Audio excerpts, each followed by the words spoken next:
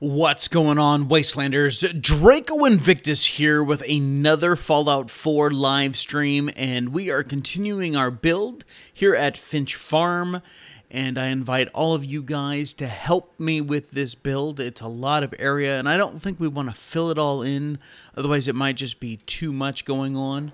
But yeah, we are here at Finch Farm, and we want to get this wrapped up here. So in our previous video, hey, what's going on, Nick and the gaming fan? I appreciate you guys coming out. Thanks for stopping in and saying hi. In our previous build, we built a public waterworks, you know, a shower slash bathroom for the community, and we also built this rather large barn that I'm climbing off of right now. There we go, and it's just going to be housing Brahmin, so we've got some Brahmin stalls in here, and we may throw some decoration in there for our final walkthrough. But yeah, that's what we built last weekend, and so we are still in search of more housing. I built this one place here, and we have that place back there. Now, of course, the Finch family all stay in their original place. And, of course, the player house is up there. So, we have all of our market stalls. We kind of just really need, I guess, some housing. I don't know that I want to do a big building. Yes, between DLC and mods, the gaming fan. Matter of fact, like all of those walls and all that stuff, that is all mods. There's several, that's a huge mix up there of mods and DLC pieces. And these are all DLC from the barn section, except the green, the white, and the shingled pieces are actually from a mod called Vanilla Extensions, which essentially just retextures the walls in different colors. So let's see if I can find something similar between the two here. Yeah, okay. So there's the green wall with window and it's all busted out. There's the red variation. That is the one that we get in the base DLC. And so yeah, I'm running a huge gambit of mods. Probably close to 100 mods running right now. I have all the DLC. And yeah. I'm also running a, this may look a little bit bigger than what you guys might be used to. I'm running a settlement borders extended, so it's pushed the settlement borders out significantly. And I made the mistake of walling around the edge of it. And then I have come now to realize that there is entirely too much extra space in here. If we tried filling all of this, the frame rate would take a huge hit. So yeah.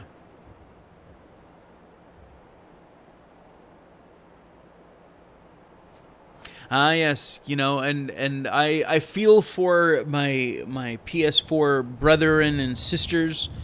You guys definitely got the short end of the stick when it came to mods. Oh, man. But I've seen some incredible work come out of PS4 builders. So don't let the lack of mods and stuff like that deter you from doing a great build. Because you can absolutely do it.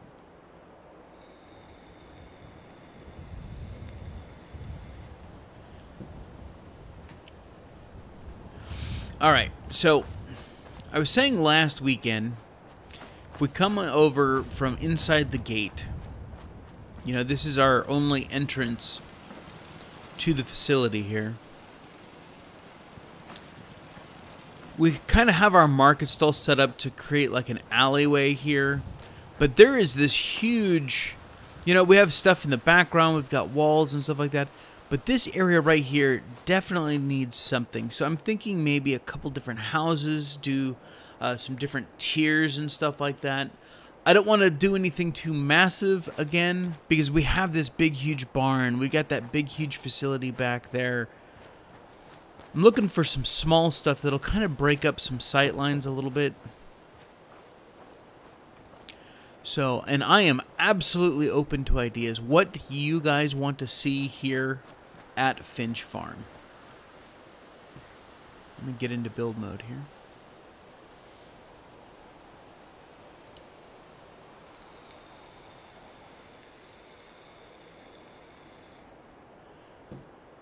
Now, if I wasn't running mods, I would have built this same barn structure. It just would have been all the red. It just would have looked more unified. That's the one thing that mods kind of really give you, and the DLCs too. Just more variety. You know, I like the vanilla extensions. It's the same exact pieces, just with different color textures and stuff like that. Alright, we are in build menu, so I will kick this thing off.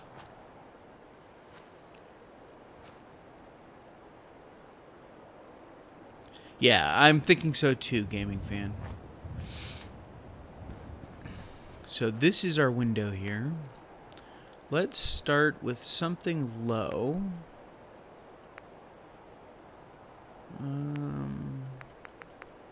So in my menus, you're going to see a lot of different things, triangle pieces and stuff like that. I've done a lot of building with this kind of stuff before. You know, build like a cool octagonal building or something like that.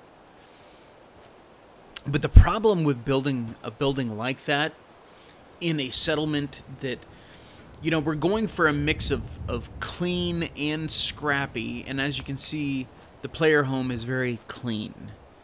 You know, it's whole walls. It's, you know, very structured. Whereas the bar that's up on the overpass is very, very scrappy. Yeah, that's why my house is the only one up there, Tom.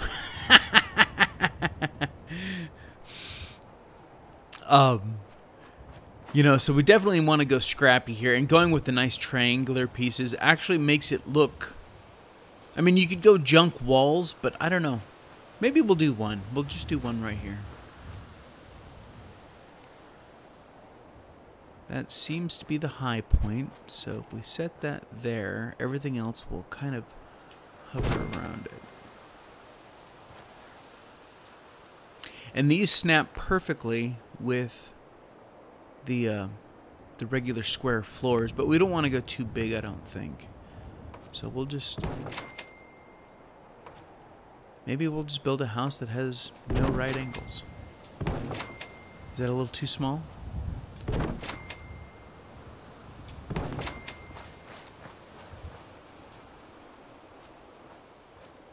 Now, one thing I do know is that stairs...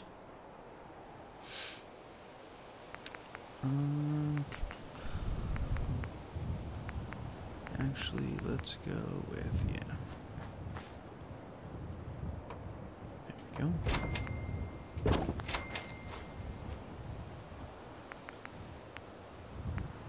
The mod author for the triangular pieces has said that, yeah, we can just go with the small stairs. There we go. Said that stairs don't want to play well with his pieces, so I always try and go off of square pieces to do that.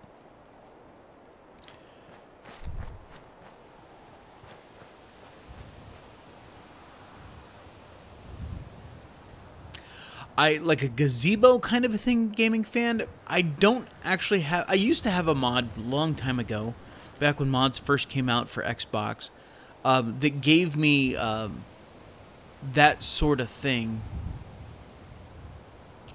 And I am not running that mod right now. Where are the barrels at? I can certainly put in some barrels. Once we get into... Alright, come on. No.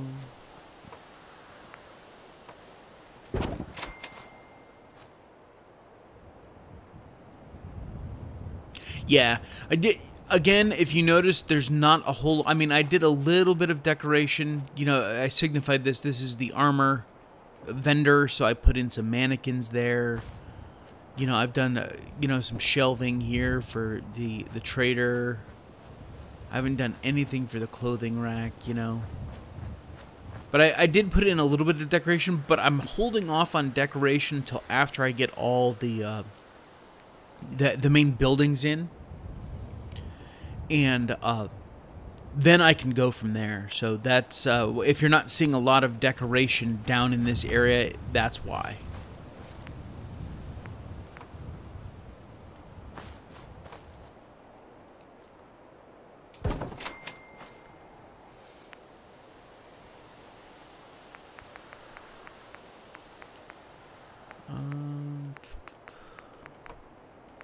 Let's throw a cap on that right now. There we go. Got to remember proper build order. So let's come back over here into vanilla extensions and take a look at some of the walls that he's got in here.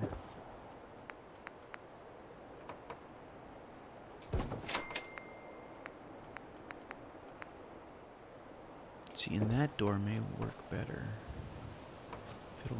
No. No. Oh,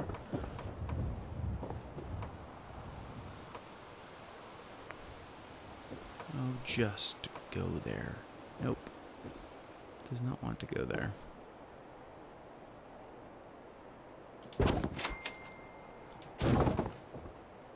Wants to snap to everything else except that. So, I will fix that.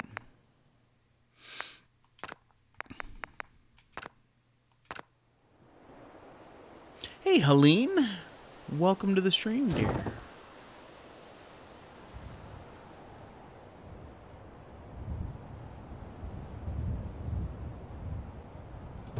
There.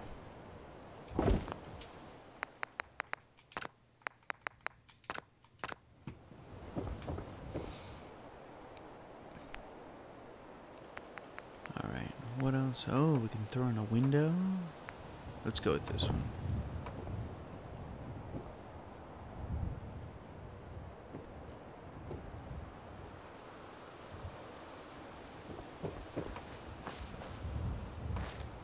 There. And just to mix it up a little bit, let's go over to our metal tab, grab a metal wall, get some different textures going on. There we go.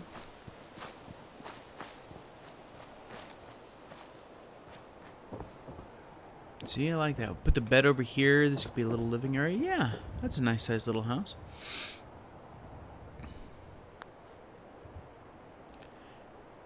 Now here is the trick. Let's get out of here and we're going to go to roofs.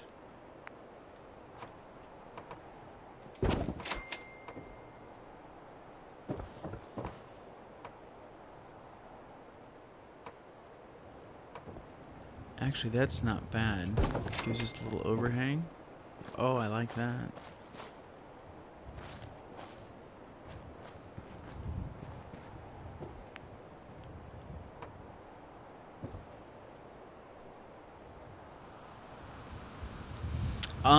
I have not built at Ten Pines Bluff in quite a while. I did a builder showcase there where I pretty much maxed out. There was like no open space. Oh, I had it. There it is. I had it pretty much maxed out. Keep looking down like this is going to snap down.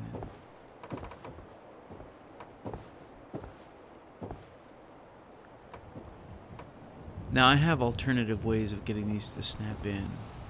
Let's try some of the other roofs to see if we can't get them to snap that way too.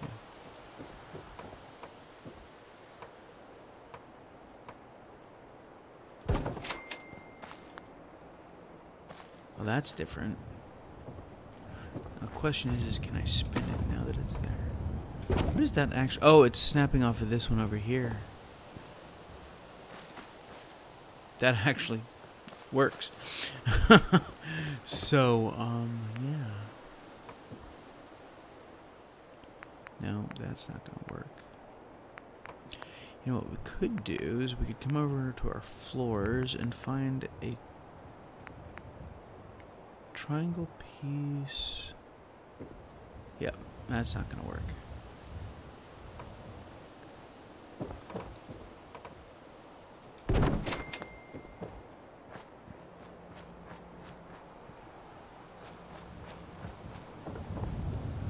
Definitely needs to go up, right? So, up it goes. There, that's better.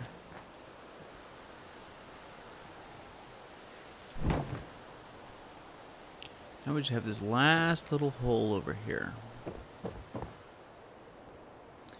So let's see. Oh, wait.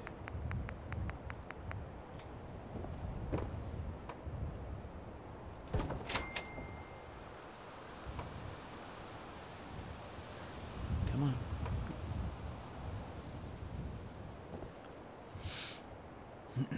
I want to welcome everyone to the stream. I hope you guys are having an incredible day.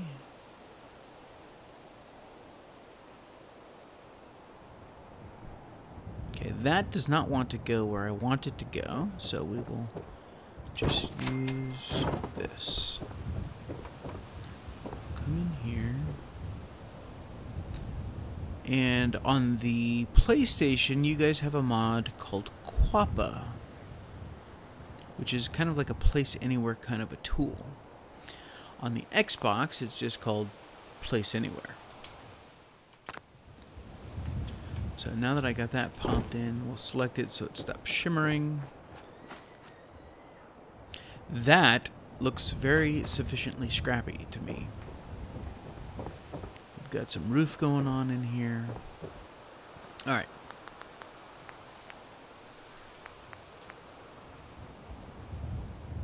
Come on. There we go. Decoration, floor. Let's grab a big rug. I'll kind of tuck it in here. Is what from Creation Club? Quappa or Place Anywhere? No. That is just a regular old mod. Okay, so we'll do that for the bed, and then I guess we will put one over here. We'll change out rugs though. There we go. All right.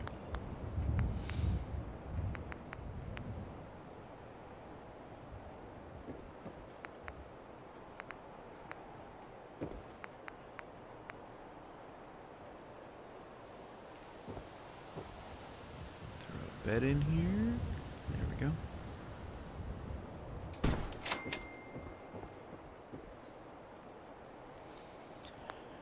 All right, so let's grab some seating.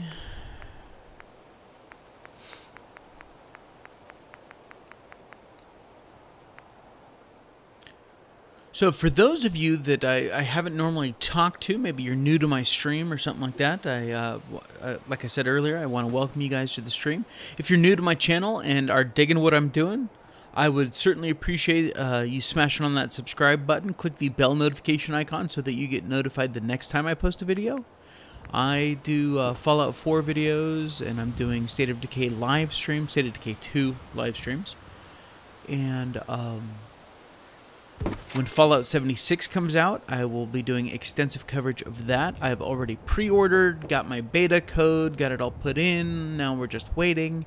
So, so yeah, if you guys like what I do, go ahead and hit me up that way. And I'm always open to questions and comments, kicks or complaints.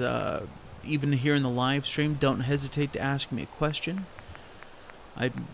I try really hard to be very attentive to the chat. I used to have a little notification, and I used to read the chats to me and stuff like that, and I found that people found it a little distracting, so I turned all that off. So I'm actually, my Xbox is across my living room. I'm sitting in my dining room now. It's where I have my desk set up. So I have a huge cable that runs all the way over here, and instead of playing on my nice 65-inch TV, I'm playing on a 24-inch monitor.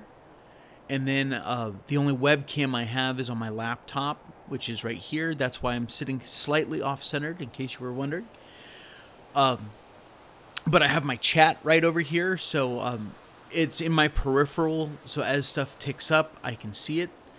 So I try and answer all of your guys' questions if I can, and if not, I will try and point you in the right direction. Let's throw a couple chairs in here. I'll go with the red one. But yeah, I'm expanding. I started this channel doing just Fallout 4 builds, and I've been expanding my my channel to include more games. Again, I primarily play on Xbox One, almost exclusively right now. Very soon I'll be buying a PS4 because there are some PS4 exclusives that I want to play. Let's see, what am I looking for? Tables, there we go. And so I will be doing that in the future. So make sure to stay tuned for all of that as well. So now that E3 is in the books, now my regulars, well, I've heard from all of you guys, you know, as to your thoughts and stuff like that. But for you new people, what were your thoughts from E3? Are you excited about Fallout 76? Are you pissed about Fallout 76? Let me know down in the chat how you guys are feeling about Fallout 76, any of the other new games that are coming out.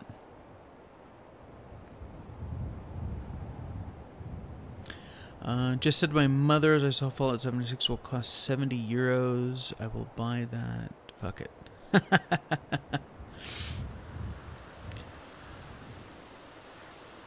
Yes, place anywhere. Now, of course, Crafty Scarlet, first off, welcome to the chat and the stream. Mod support is going to be coming down the road for Fallout 76. And, you know, people say, well, you know, we had mods, you know, right when Fallout 4 came out. Technically, no, we didn't. The modding community was making mods for Fallout 4, but mods weren't officially supported for like 4 months after the game launched.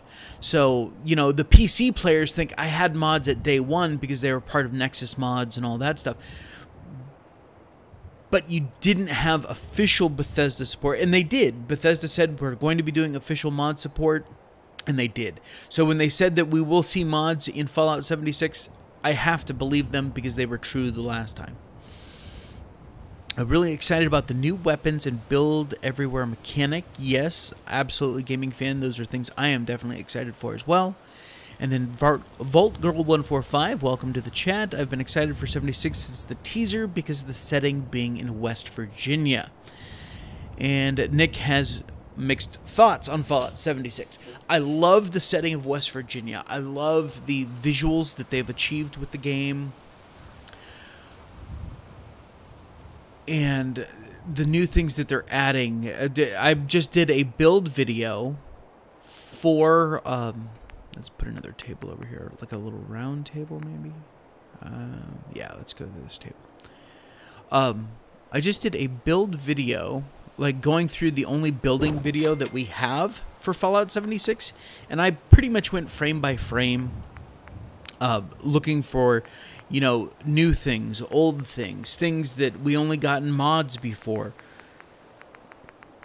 just to kind of get a better feel as to what building is going to be like in Fallout 76. And I have to say that I'm happily surprised. There'll be as many bugs? Yeah. I love the new things that they're giving us. I like that they're the building is going to have a very good reason for being in the game, because you know what, we're trying to kickstart America again. You know, I like that. And that also goes back to the whole West Virginia thing. You know, I see all these memes and stuff like that talking about Country Roads Take Me Home and how it's stuck in everyone's head. And that's Bethesda with some incredible marketing. That is the perfect song for Fallout 76. Because of the setting and stuff like that. I mean, even if it wasn't in West Virginia, that song evokes much more rural landscape, and that's exactly what Fallout 76 is. And I agree, Scarlett, it looks beautiful. And the fact that we're going to have 6 different areas that are all going to be very visually different, I love that too. Because if you look at Fallout 4, everything is pretty much the same except the glowing sea. It all has the same kind of feel to it. There wasn't a whole lot of verticality in Fallout 4. And so I think varied terrain, varied ecosystems, it's all going to be much, much cooler.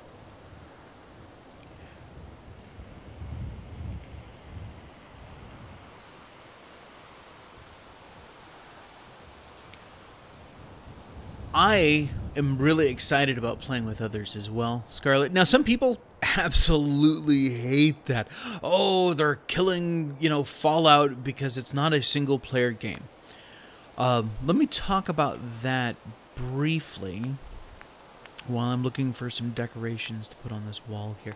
Maybe let's go, like the Finches have on the side of their house over here. See, they got like different road signs and stuff like that. Maybe we'll just do like different signs on the wall. This guy, whoever's staying in here, decided that they were going to collect a bunch of different signs. And maybe this wall is not going to work very well for that. Ooh, yeah. See that? That's not going to work well. All right, so maybe we swap out that wall. Let's do that. Because I like the idea of the sign, so let's change that up. As far as, this being a different game and, it's not a Fallout game. It's a Fallout game. It absolutely... Come on, just snap once. That's all I need. Alright, hold on here. Builds, yeah, 2 songs from the Xbox released.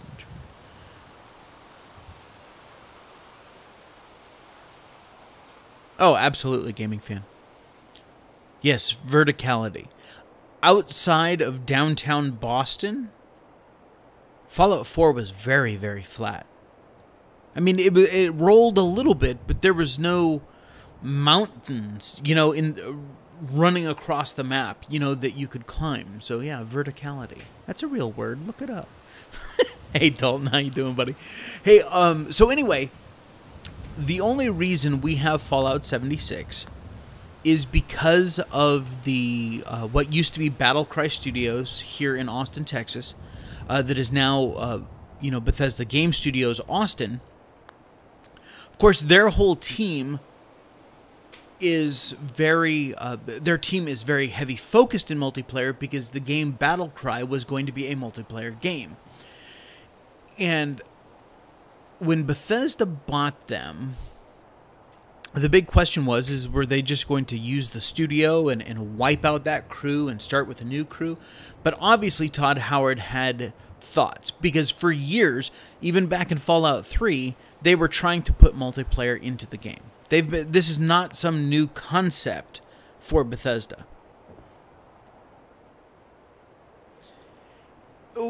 But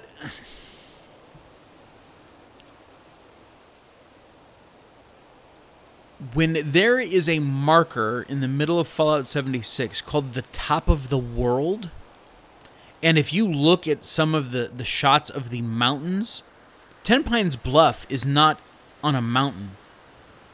It's a hill. Because look at the gorge that's just outside of Ten Pines Bluff. What is that, 30, 40 feet? Maybe 50 feet? Yeah, that's not verticality like I'm talking verticality. Think the height of downtown Boston buildings verticality. That's what I'm talking about. And again, Ten Pines Bluff was on the outer edge. But the whole reason we have Fallout 76 is because Todd said, hey guys, down in Austin, think you could put multiplayer into Fallout 4? Riverwalk is deeper. And so, because they actually started on Fallout 76, the Austin studio started on Fallout 76 before Fallout 4 even released. They've been working on this a while. And so to say, oh, you know, that this is some flash in the pan, it's not. This is not some flash in the pan from Bethesda. This is them. What is that? Oh, it's just, oh, a ceiling sign. All right, well, we'll skip that. Let's put a lobster roll over here. Oh, it's hitting on that chair.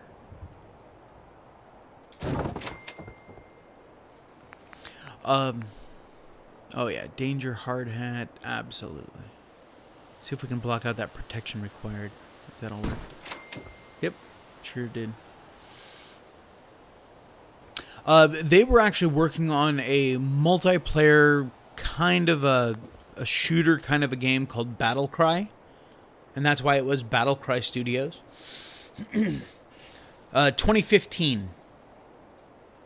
Gaming fan. That's when Fallout 4 came out.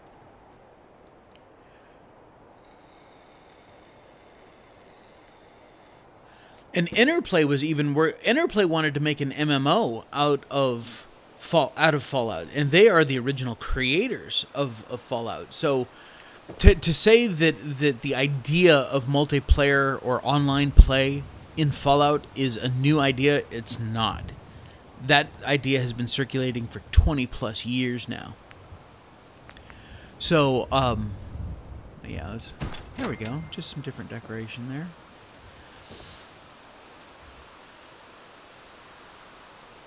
Yeah.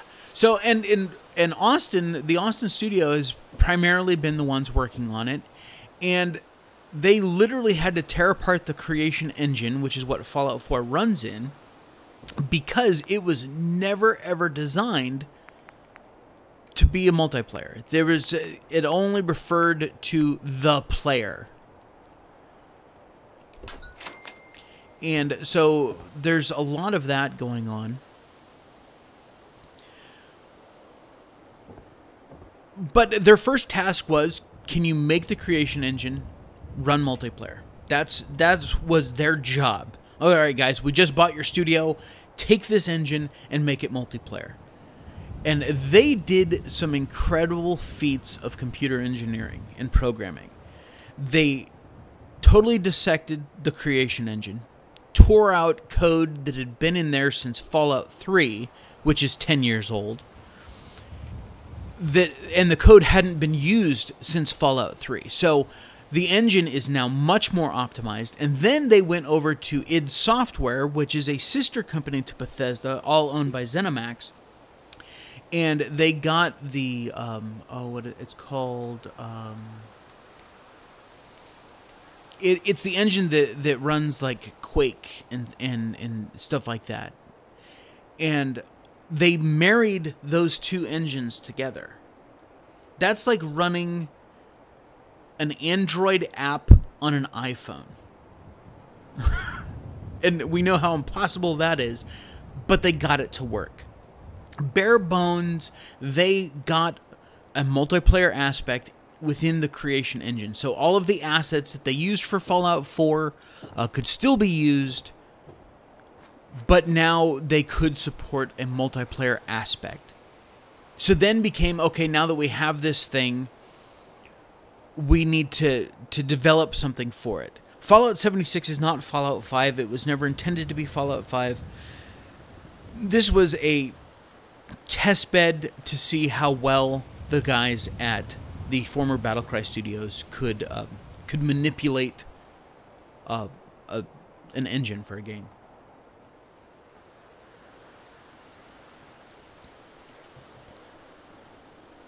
Absolutely, Vault Girl. You know, because they didn't want to let that go, and finally Bethesda won that suit so that they could do an online Fallout game.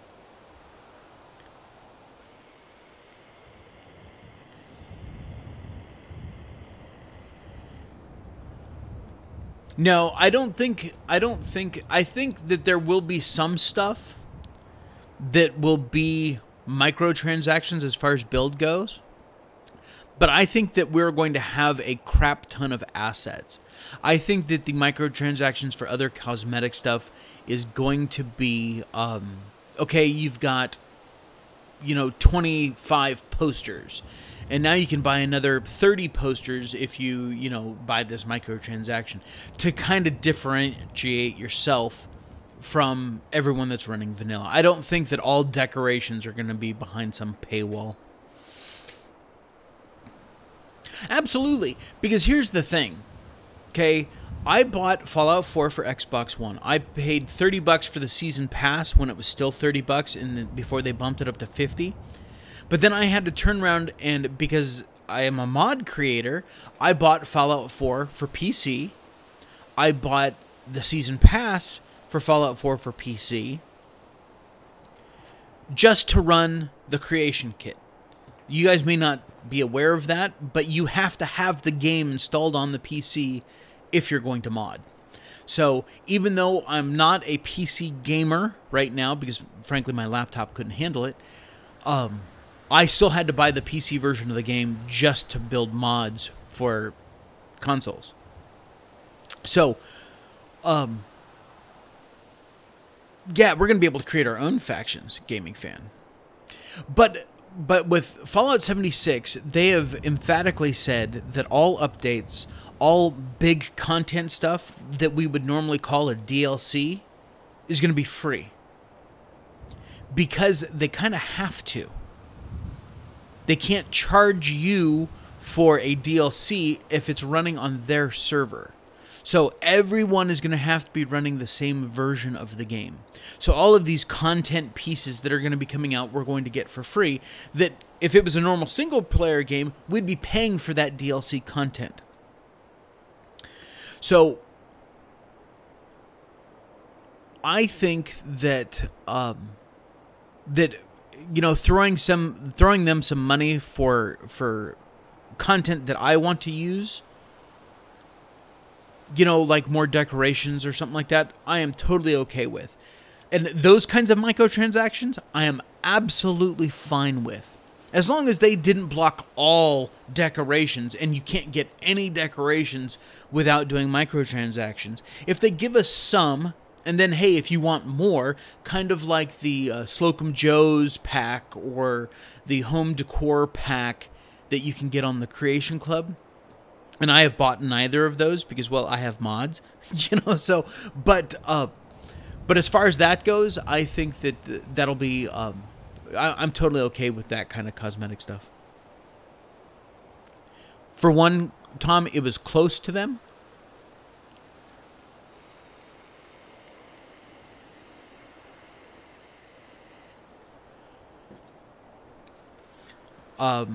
And West Virginia, there's a lot of lore there. There's a lot of historic government lore there as well.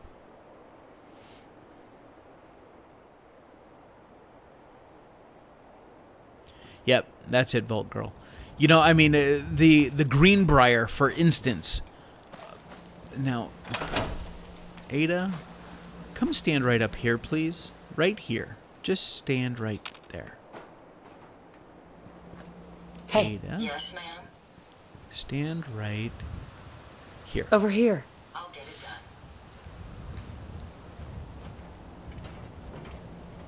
Yeah, no one's gonna if you guys haven't seen the making of Fallout 76, Wait there. by No Clip, it's a documentary. I highly suggest you watch that video. You're seeing really unfettered interviews because Todd Howard said you can talk about Fallout 76 all you want in this video. Go wild. Don't talk about Starfield, don't talk about Elder Scrolls 6, but you can say anything you want about Fallout 76. And so there's a lot of great information in that documentary about the game. I understand that, Gaming Fan. Absolutely go watch that documentary because they talk about why they picked West Virginia. For one, it's close to them because they're in Maryland and West Virginia is right there. And they didn't have to, because they sent out teams, all over the state of West Virginia to gather up all this cool real world lore that they could kind of twist and put into the game. I'm absolutely looking forward to playing with everybody. Alright, now that I've moved Ada out of the way, I want to do some support for this little roof section here. Let's see what I got. Let's go wood. Come over here into miscellaneous. We got all kinds of beams and all kinds of stuff, so.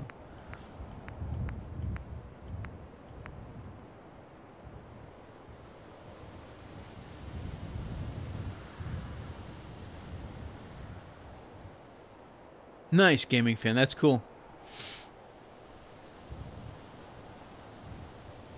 Now, Dalton, who I haven't seen lately in the chat, he was actually stationed in West Virginia. Isn't that right, Dalton? Oh, look at that little graphical glitch. Oh, can I get that to work? No, it's too big. That would be cool, though, wouldn't it?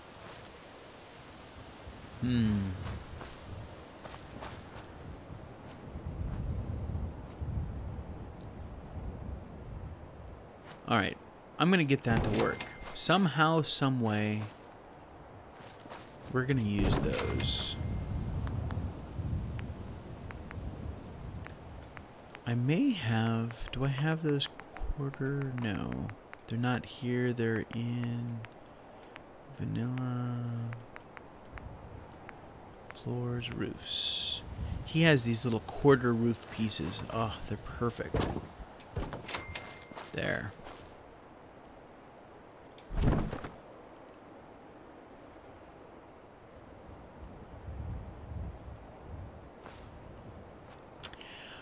While that would be fun, gaming fan, I don't think that we'll see a Fallout outside of the U.S. I mean, there are, not just China, but, you know, how was Europe? I mean, we know that Europe was really hit hard by the resource wars and stuff like that long before the Great War happened. But it would definitely be interesting to see that. But I think that they kind of... I think that they're going to cover that in other games, maybe mobile games or something like that.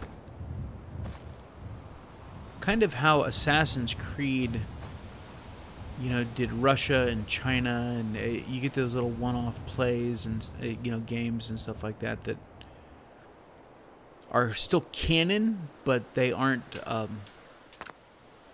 major games. That needs to go up a little bit. There we go.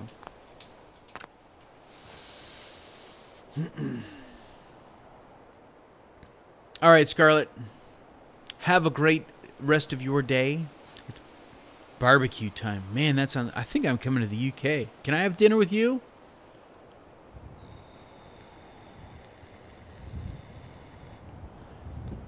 What is barbecue like in the UK? Man. All right. Now, I don't like how we can see the seam here. It seems like it would fall. So, again, you guys will see me do this a lot.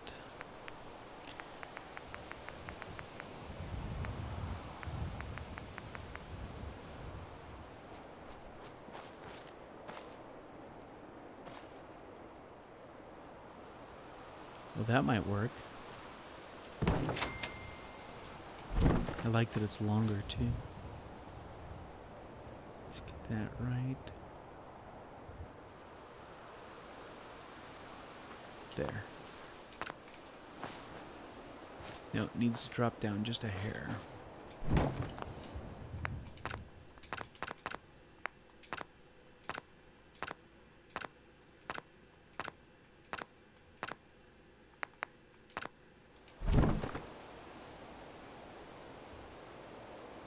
Hi, Stella?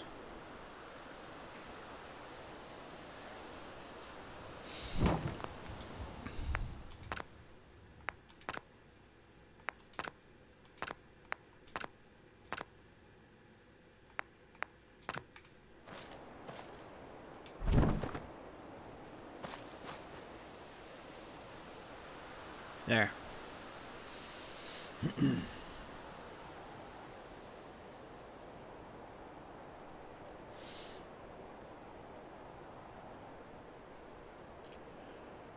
Do you guys have like an official barbecue day?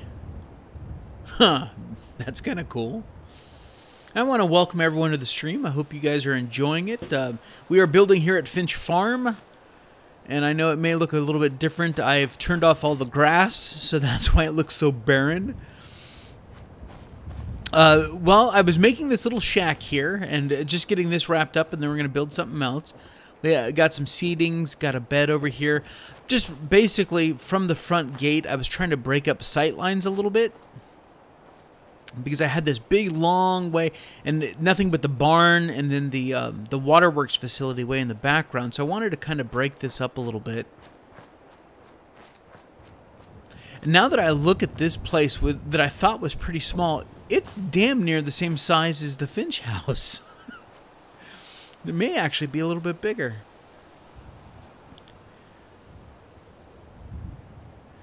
The sun finally... Okay, fair enough. I gotcha. So you guys literally have one barbecue day a year. Okay, I'm with you. All right.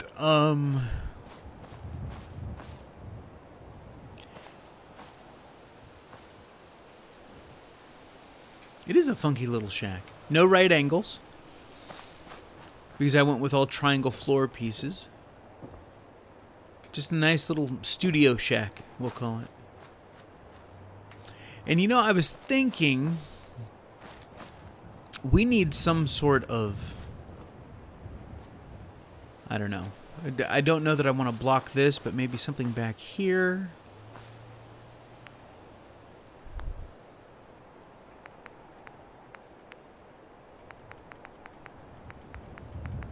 Don't know what I want there yet, but we'll kind of place that there just to kind of give us something. Alright, Stella, sounds good.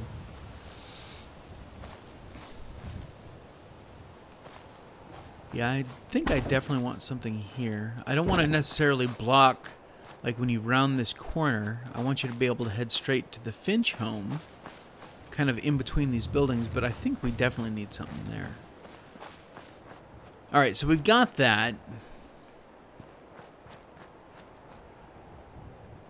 I knew what you meant.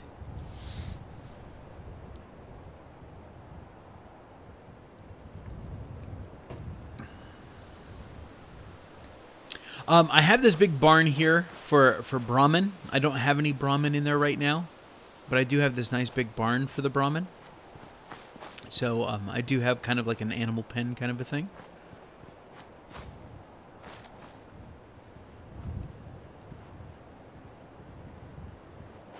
We're definitely going to need some more housing. So we're probably going to want something back in this area.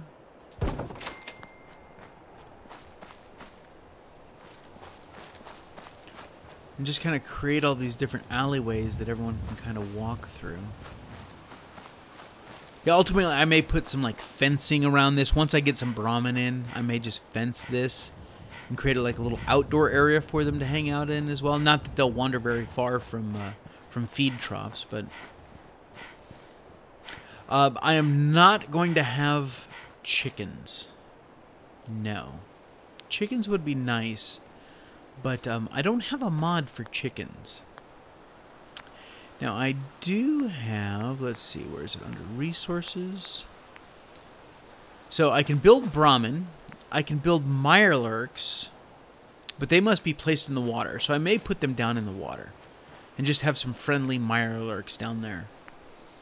I can build mole rats, I can build radstags and radstag does. Now, of course, I need caps for all of that, and I will just use the cheat terminal for that because, yeah, this is not a playthrough. This character is strictly a building character. So, now on a playthrough character, I wouldn't use cheat terminal. But for just this playthrough, or this build through, like I call it, I just use whatever resources I have to get whatever I need. So, you know what? Better Stores has not worked for me in quite a while. Let's see. Stores.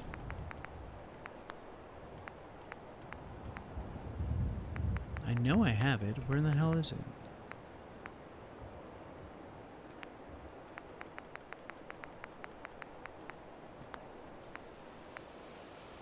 Oh, maybe. Yeah, better stores. Better stores used to be a lot better. Yeah, decorations, flags, defense, maybe under, yeah. Brahmin, Mirelurk Hunter, Mirelurk Spawn, Radstag Doe, Mirelurk Chum, Mirelurk Ness, and a Radstag Feed Trough. That's what I get from better stores. Unless we come over, no. Because this is just butcher stuff.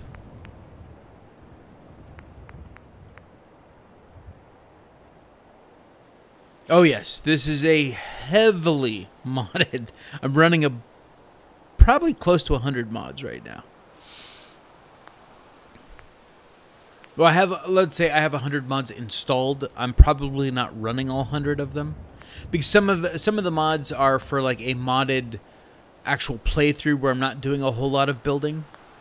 But maybe I wanted some cool outfits or something like that.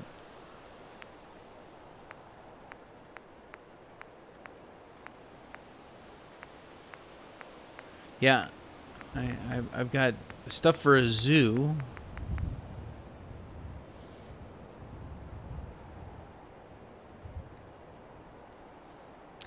I understand that, Vault Girl. One of the things that I did to try and, you know, separate my settlements, as it were, so that they didn't all look the same, is, for one, take my location, okay? What resources could I salvage realistically around me, okay? So I could be very concrete heavy in this build. I'm trying to steer clear of concrete because I've kind of had my fill lately.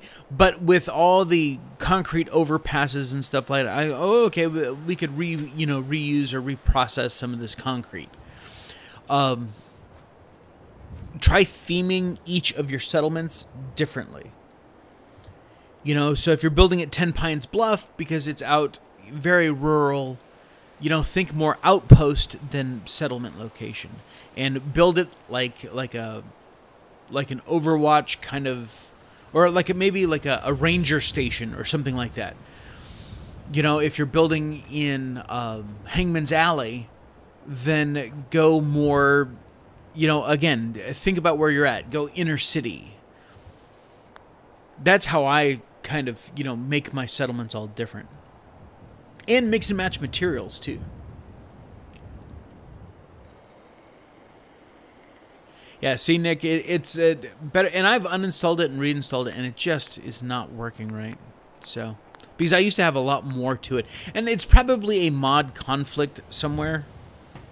But at this point, I'm not too worried about it, because after I finish building Finch Farm, I have a couple more videos that I want to make with this character, and I'm totally wiping Fallout 4 off of my Xbox. I'm uninstalling and deleting all my mods, and I'm literally starting fresh, and I'm going to streamline my mod list, and kind of, because I'm just seeing a lot of weird graphical stuff. It's that time for me to kind of wipe it out and just start over.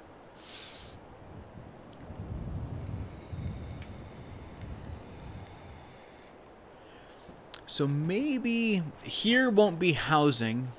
Maybe this will be like a storage shed or something like that for the farm. And then we'll put some more housing back here, and we can make it a little bit bigger, kind of extend it off this way, or maybe do two and kind of like stack them kind of different. So all right, so let's keep doing that. Yeah, sometimes you just kind of got to start over.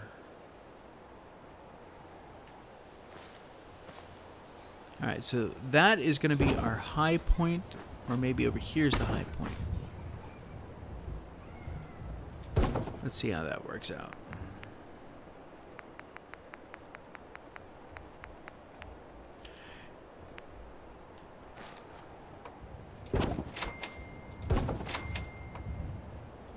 No, I was right the first time.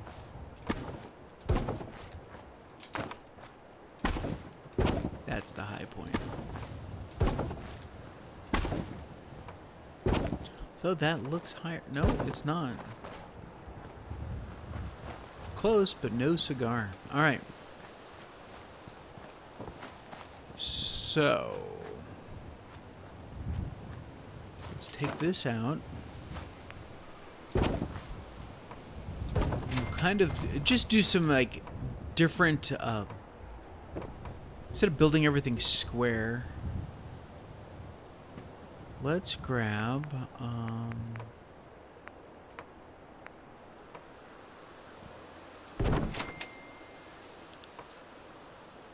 Just kind of make it a little bit weird.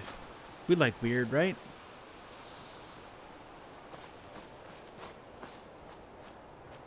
Yeah, alright. So then let's grab us a door. Maybe we don't put the door facing that way. Maybe we put the door over here this time. But we can't put that wall there first.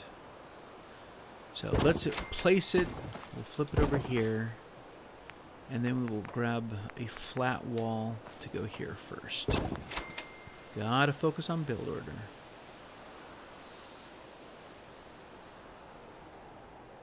Yep, Thematic and Practical was a great mod.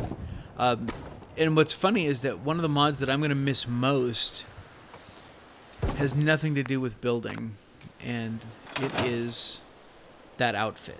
It's the Tomb Raider outfit. This guy did, it's made by, who made this?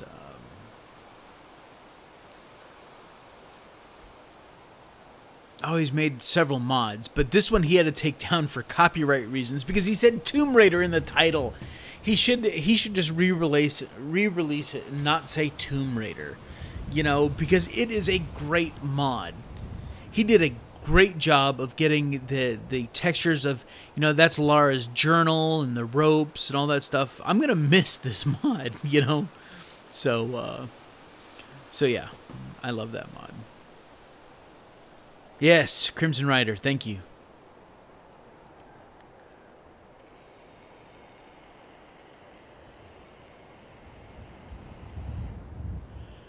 Well, one of the easiest ways to not get attacked, Vault Girl, other than have a higher defense than the total of your food and water, is don't keep a lot of stuff. Once you're done building there, take a lot of the stuff out of your workshop, because that has a huge influence on how often you get attacked as well.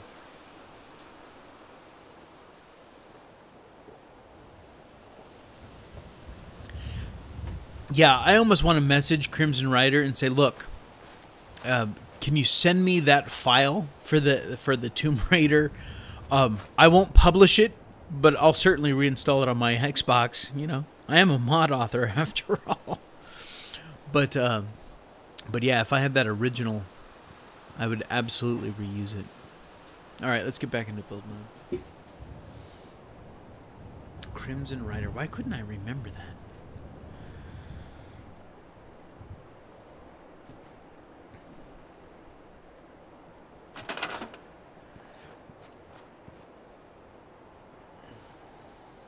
No, unfortunately not, Stella. They, because there would be no way to get them, because once they're installed on the Xbox, they're all kind of encrypted and stuff like that. So, I wouldn't be able to parse out just that mod. But he may just say, dude, if you want it here, take it, you know? Which would be cool. And I love this. The fact that and notice it doesn't snap to anything, but in some of my build videos I've used this to show, look, oh, I'm in the middle of construction for something. Yeah, I'm definitely I'm hampered in that way because I am on Xbox. But yeah, I love the open beam idea. And you could even use this inside. Like if I wanted to put it there, if I didn't have all the roofs and stuff in, I could have that outer wall there and then make it look like I actually built, you know, a regular structured wall, and then just put this wall on the outside of it. Let's come back in here. Let's go over to vanilla extensions.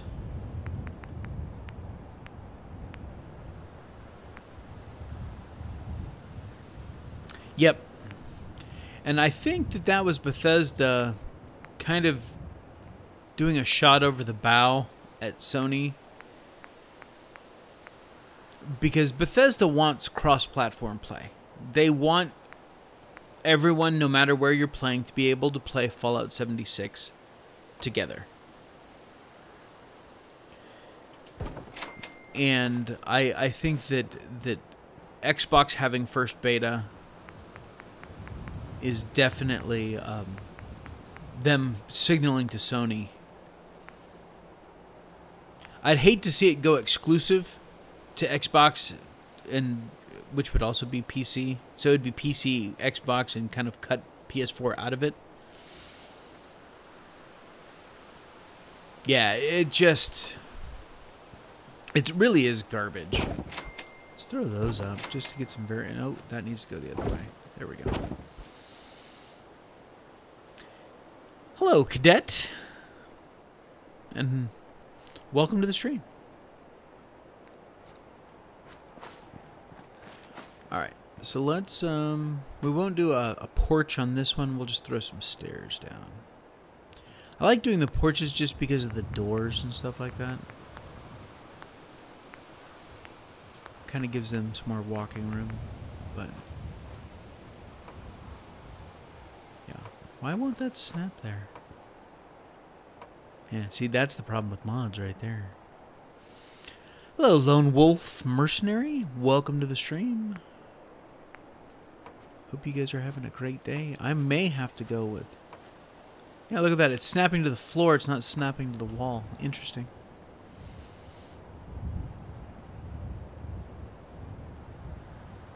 Yeah, and I'm hoping that Sony plays ball. I'm hoping that Sony, because it's not going to be... I understand Sony saying, we don't want a PlayStation 4 talking to an Xbox. You know, that direct connection. But if it is on a hosted server, I'm going to have to remove this wall, aren't I? And then it's not going to... Oh, you know what I'll do? I will come in here, and we will disable it. There. I'm hoping because it's a...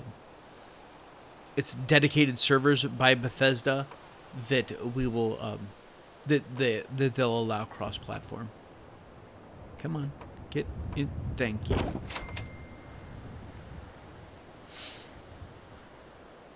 Hi, Patricia. No killing, just building. Alright, so now that we got those in place, we will come back in and we will enable all disabled objects. There. So we ended up with a little deck out here. It is coming along well.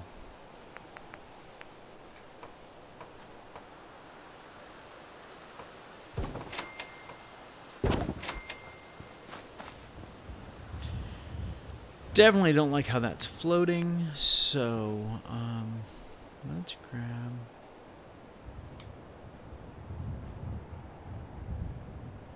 Are you never going to turn green or white? Nope, it just sinks right into the ground.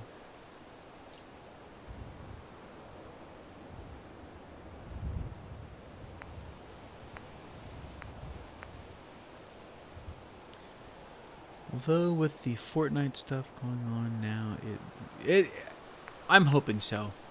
Why? Mainly because I want to play with all of you guys.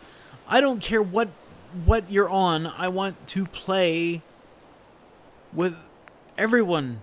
Maybe we'll just go with that, huh? Why won't that?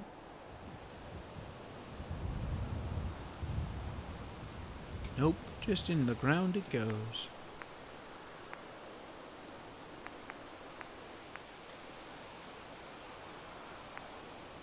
Yeah, that's a little bit big.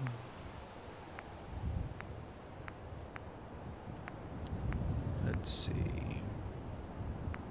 I suppose we could just put this down there. Yeah, that'll work.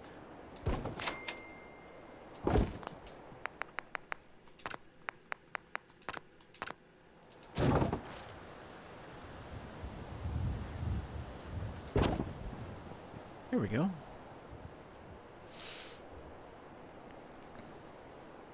Exactly.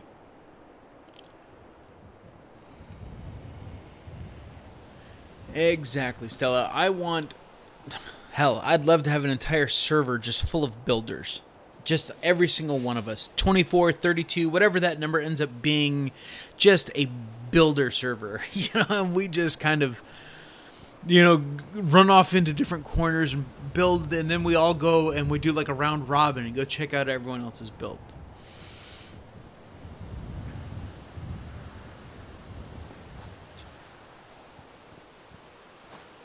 Now, Stella...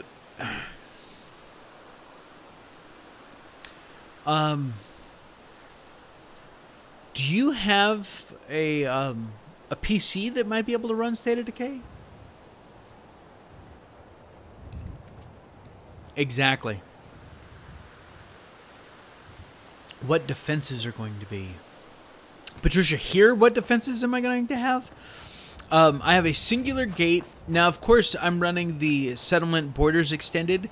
So any spawn point for that was previously inside the settlement for Finch Farm has been moved outside. The mod author moved everything outside the extended borders.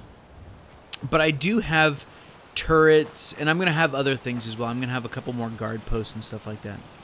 Okay, PS2, PS4. I gotcha.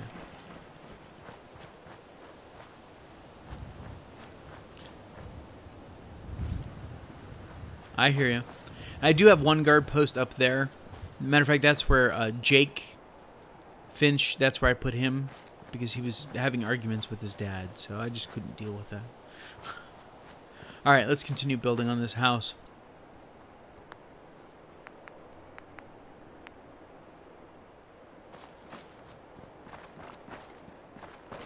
Yeah, I hear you, Stella. I need to turn snapping back on.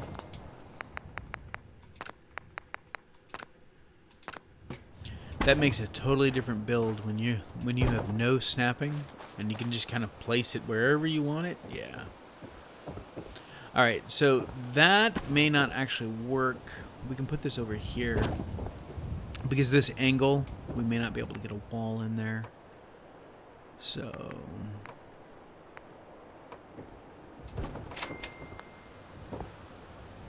that wall's really thick. Wow. Let's go with something different. Let's throw in a metal wall.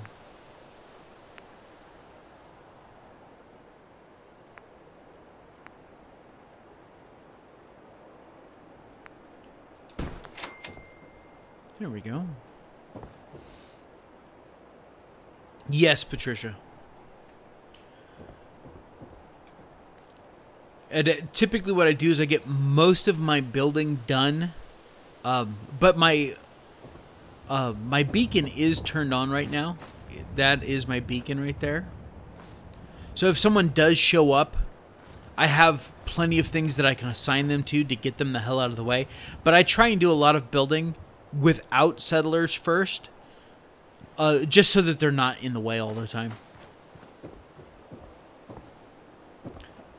I don't even know what I'm going to put in that little cubby there, but it'll definitely be interesting, huh? Ah, the old diner corner pieces, huh? Nice. All right, let's see, what else do we want to put in here? Let's actually go back over here.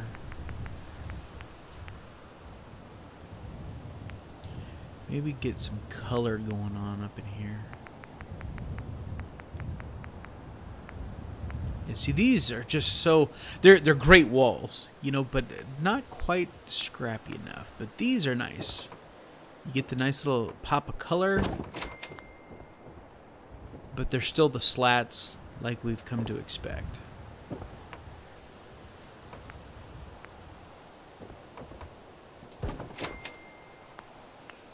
And let's go look over here. You know what? Maybe we'll do a... nope, because we're getting too close there.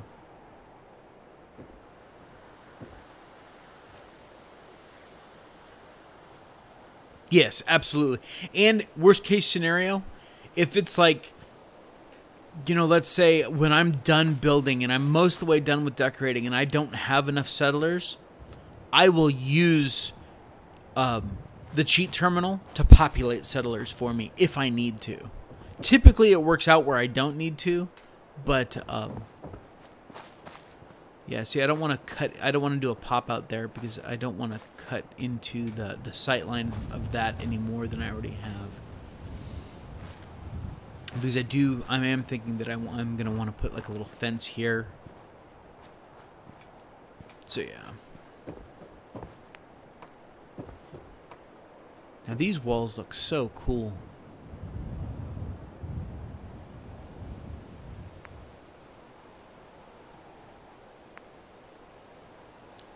But it's what do we want to see on the outside? Oh, let's go with that. There we go. Man, that's some... Even though it's very scratchy and stuff like that, it's very vibrant too.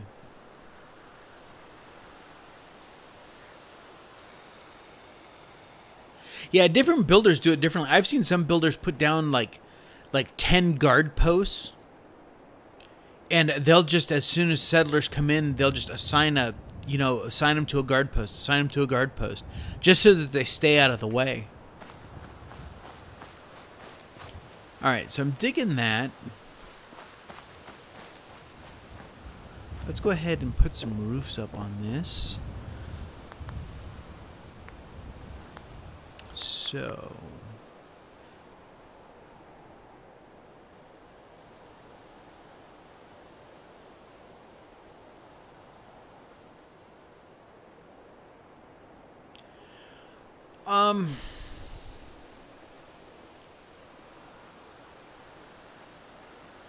That's a very good question, Vault Girl.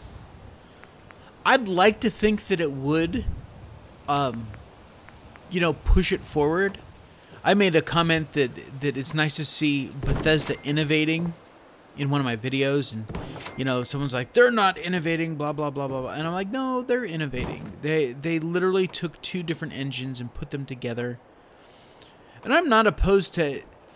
I want continued good single-story campaigns from Bethesda.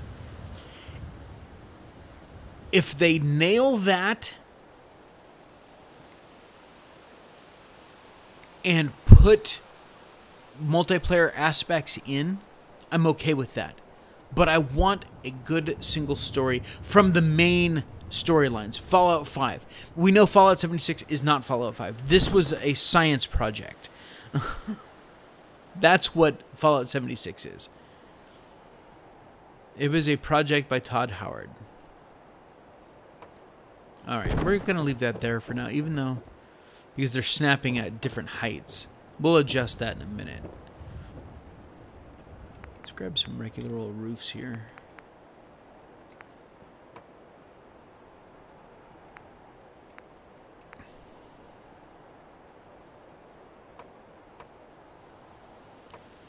No, I think I want it that way.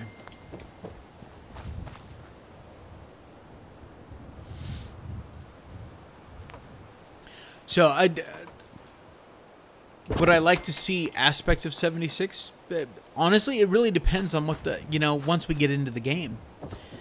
Because when I first started playing Fallout 4, because I've been a Bethesda fan, a Fallout fan for a long time. And, I mean, I played Fallout 3 on PC. I've played Fallout 1 and Fallout 2 just to get through them, just so I had some understanding. I didn't care for the isometric within Fallout. I've played other isometric games that I absolutely loved. Fallout 1 and 2, not so much.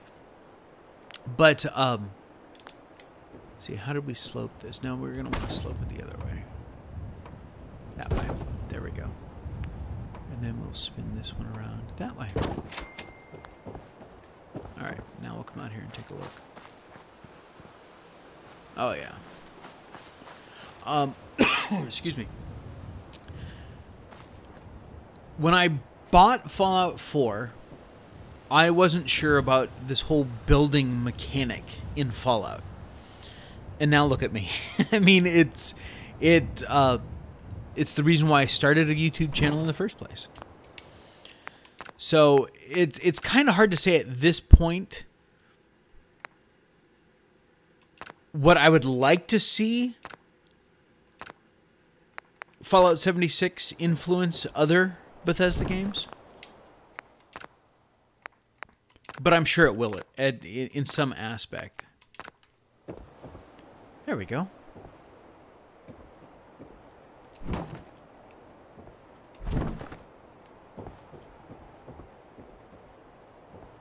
All right.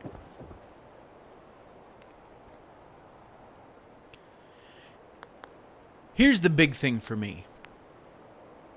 I don't want Fallout 5 to be nothing but Fallout 4 set in a different area with an upgraded engine. I want them to innovate. I want them to do things that they had not previously done in other games, or they take one aspect like building and that was new in Fallout 4, and okay, now what are we going to do with that in another title?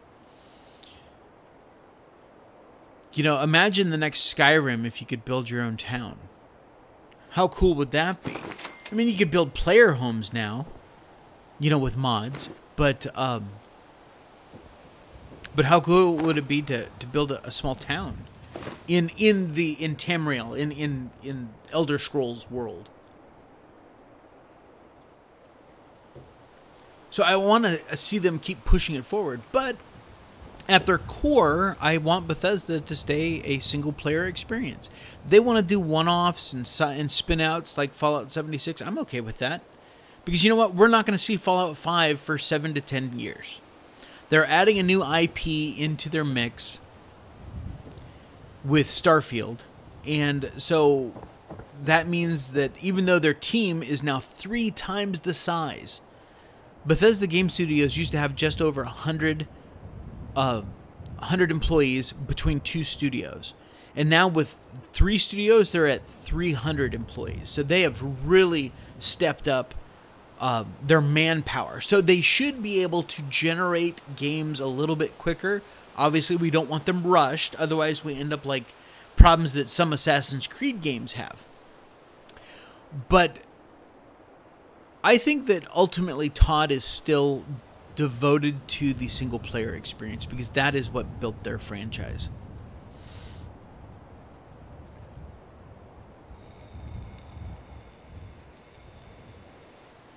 And for those that say that single-player games are dead or dying, all I will do is I will point to the PS4 and God of War. The #1 selling title on PS4 to date is a single-player game. Single players are not dead. Fortnite's, PUBG's, Battle Royales, those are flashes in the pan. A couple of those will go on to be competitive play like Quake has turned into. But for the most part, the Battle Royale genre will kind of die away here in probably the next couple of years. People will get their fill of it, and then they will move into something else.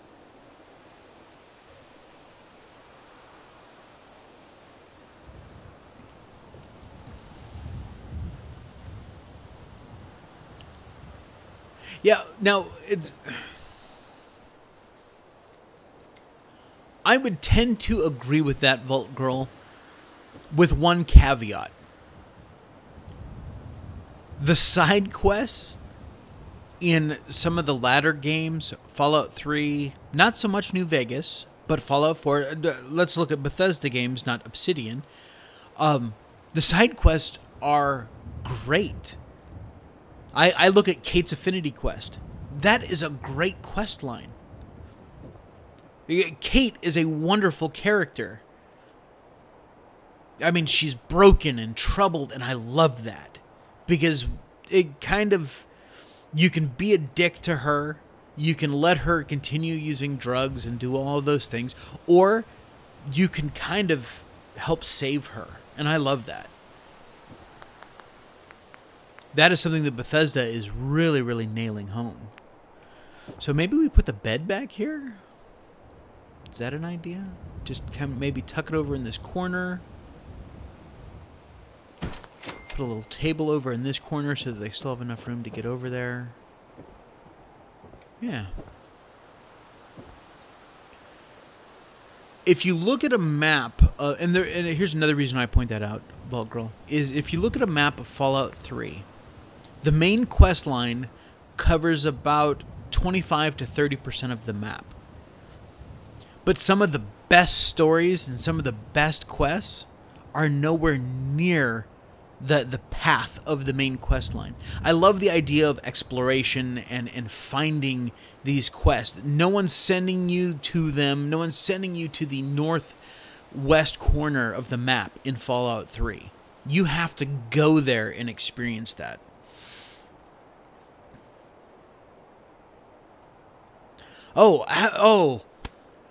I damn near cried with Arlen's story. Oh my God. They have done an incredible job with, and it's not the Radiant quest, it's these little side things. You know, you could choose to do nothing, and that's what I love. You could choose to do nothing with Arlen. Or you could bring that old ghoul a little bit of comfort, I guess. Yeah, let's go to this skinny table back here. There we go. And let's see. We've got quite a bit of area in here.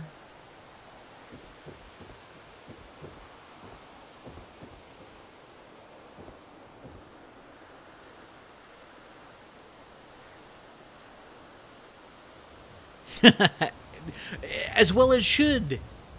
Man, I remember the first time I went in there. Oh, I was like, what the hell is going on up there? Bodies falling through the ceiling. And how many people could just walk right past that? You know, because you don't even get the tip for going inside. I mean, you hear about it if you're walking through Diamond City. You know, you hear about the Museum of Witchcraft, but you can't get in the front door. You have to find the body hidden in the bushes around back, you know, before you get any more detail about it. And I love that. Because I'm an explorer. That's why I play. That's what I loved about Fallout 3. That's the biggest disappointment for me with Fallout New Vegas. I enjoyed Fallout New Vegas, but it was not... There was no exploration needed. Pretty much everything, every quest, everything worth doing, you could see from the road. Even the retcon, or the Repcon facility with the ghouls that wanted to launch themselves into space. You know, if you're standing in Novak, they point you directly, if you talk with anyone in Novak, they say, go over there and deal with those ghouls. And it's literally right there. You know, there was a very much lack of choice and exploration in New Vegas that was kind of disappointing to me. All right, so let's throw in something different here. Let's put in some. And why did I go with airline seats? Well, because we're here at Finch Farm. And right over... Where is it? Over there? In that general direction? There's a plane not too far from here. It's much closer to Ten Pines Bluff, to be sure. But those could have been hauled on the freeway, you know? I mean, it could have been, yeah, any number of things.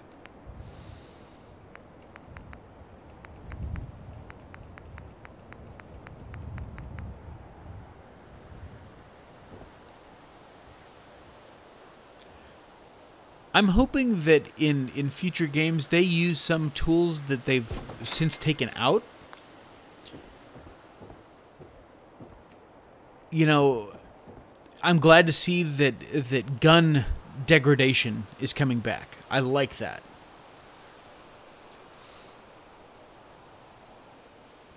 Yep, I totally agree, Vault Girl. You are led by the nose the entire time. You know, you never discover a faction. Because, hell, we're told about the NCR and New Vegas and the Legion before we ever think about even building a character. Where it's literally the entire storyline is laid out for us as the intro. That kind of sucks.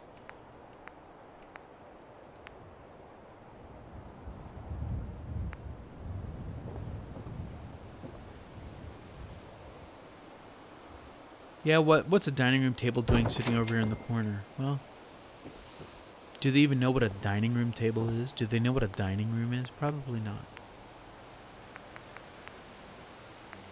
Let's grab us a lamp.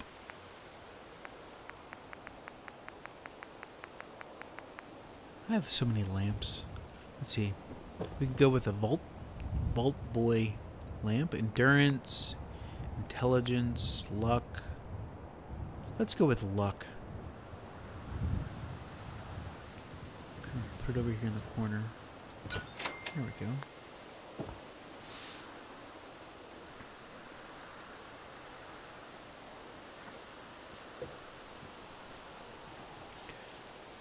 And I love that conversation and that discussion that people have between Fallout 3 and Fallout New Vegas. And I was talking with a buddy of mine, and he said, oh, there's so much more choice. You have more choice in New Vegas. And I was like, really? You have more choice in New Vegas over Fallout 3? I beg to differ. Let me explain to you why. And then I proceeded to tell him, or ask him, I said, oh,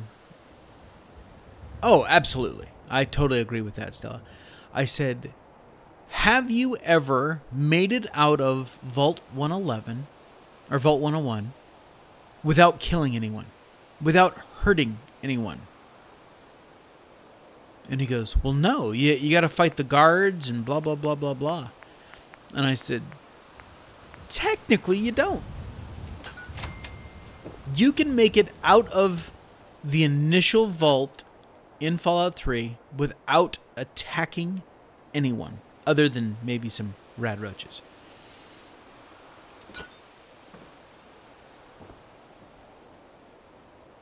Absolutely. And he goes, well, what about when she gives you the gun and you have to go kill the guard so that they don't kill her? And I said, did you ever think about not taking the gun and letting her keep it? Well, no. I said, yeah, she actually shoots the guard and kills him. Don't tell me there's lack of choice in Fallout 3. That's garbage. I'm okay with balancing merits and stuff like that, but let's at least be on the same playing field.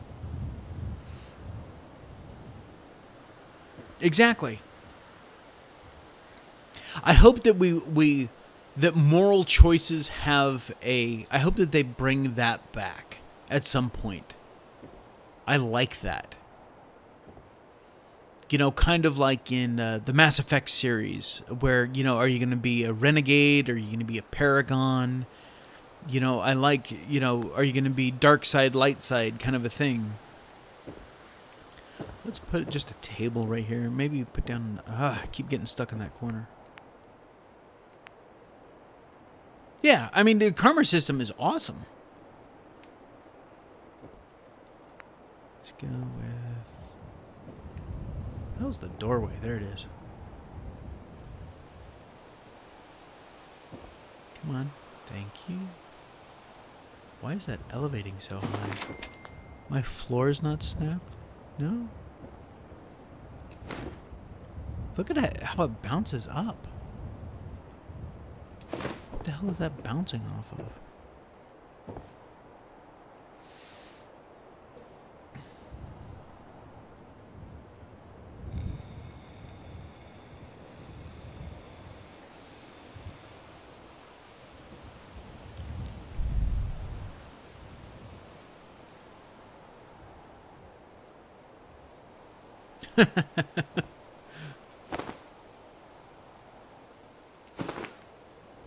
Nice.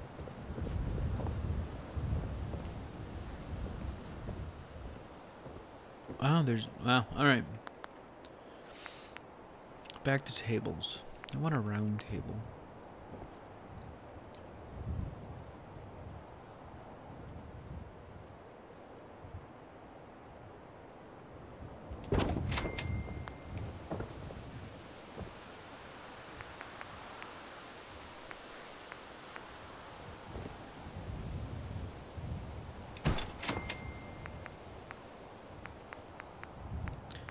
And let's go with this one.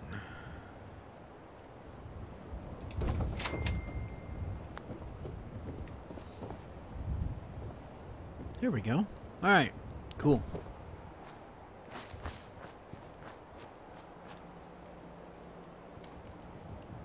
And if you guys haven't noticed that, like I put these lamps down and they immediately lit up, I am running a mod, it's called Electronics, and it gives me, let me go over there and show you real quick. I have a crap ton more conduit connectors. And I am running this one right here, a large radiance power conductor, or conduit. It's actually sitting right there. And it will radiate power to damn near this entire settlement. I haven't tested like in that back corner and stuff like that, but it is a huge, huge radius. So, so yeah, that's why yeah, you see me dropping lamps and they're getting power. Normally I wouldn't use that, but with all the varied terrain and stuff like that, and I'm trying to cut down on electrical stuff, because if I pick this up, yeah, I'm trying to move right now, and you can see it's just, my frame rate is just garbage. So now hopefully I can get it placed. There we go. Yeah, so because I've got so much stuff already going on, I'm trying to preserve as much as I can. So, so yeah.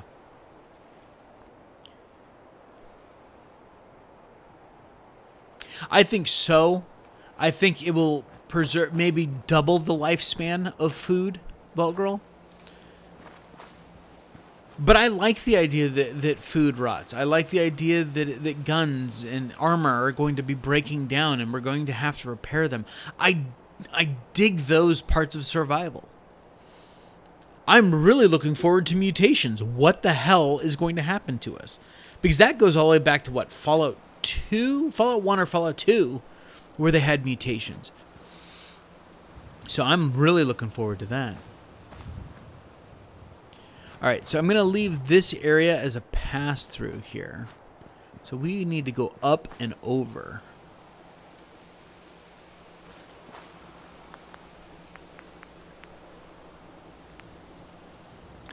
Let's go with...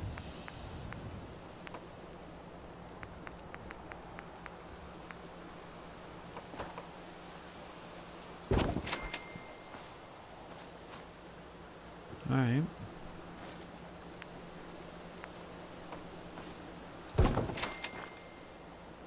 Oh, I actually like that. They're gonna have to path through here, because this path is just not gonna work. I mean, I can get through there, but they won't path through that.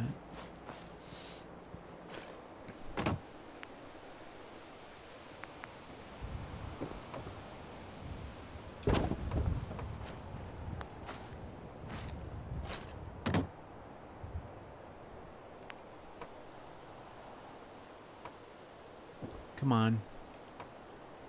Don't snap the half. Damn it. I like that it does that. I mean, look at all those different snap points. I can snap low, I can snap even, I can snap high.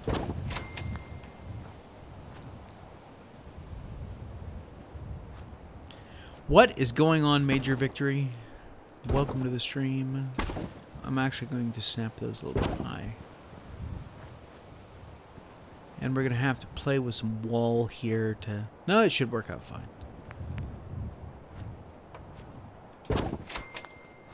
Or not.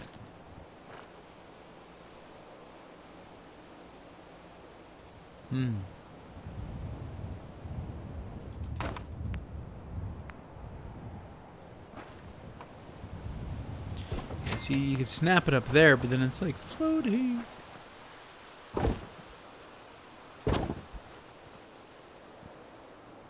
Yeah, maybe we'll have to bring those back down.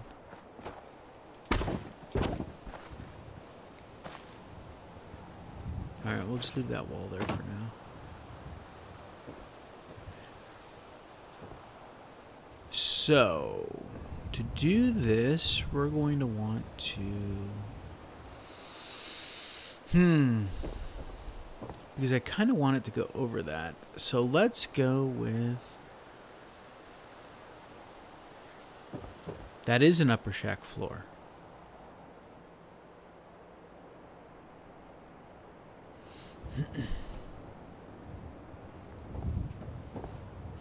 Did you miss that part?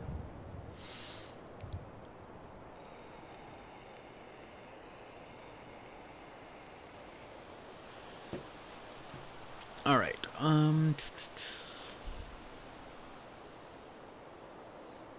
It's all good. You know me, I'm always about,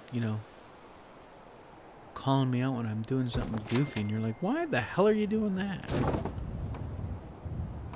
No.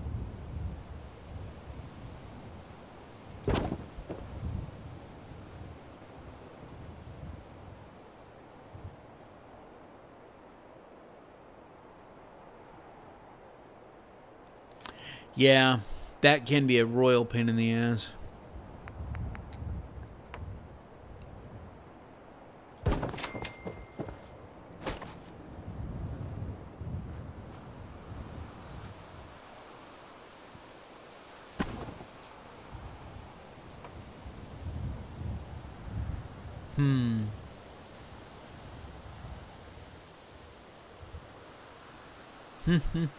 Let's see.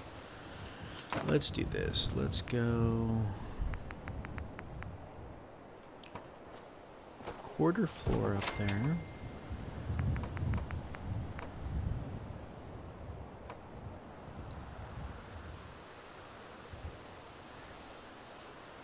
It's all the Brahmin's fault. That's it. The damn Brahmin.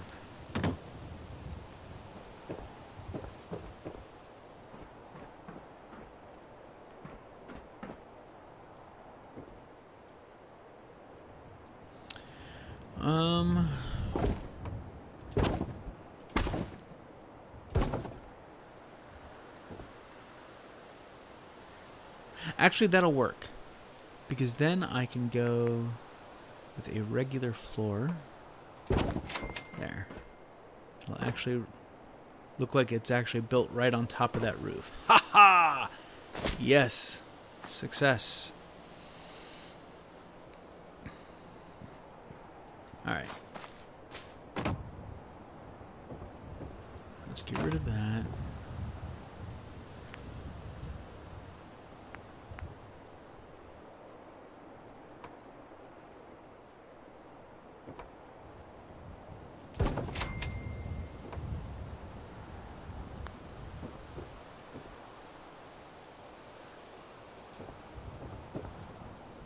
Yeah, and we'll probably end up going with something like that. Yeah. We can disguise that, right?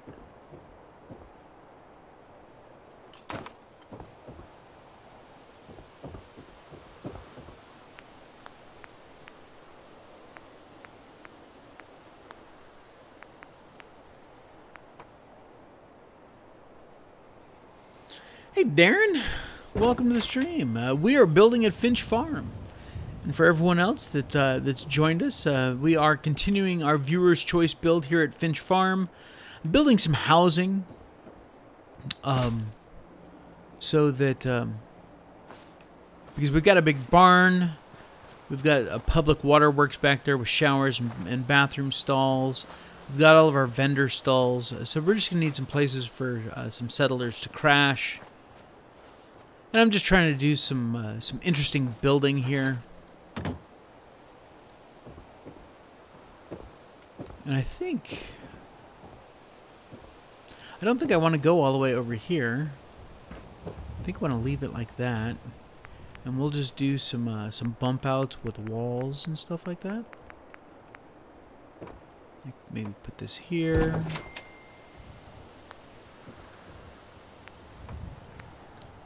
Let's grab that one. And then we'll put one over here. Which one do we want to do? That one looks kind of cool. There we go.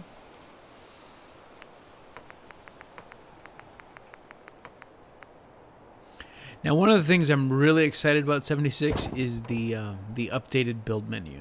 I'm really looking forward to playing with that.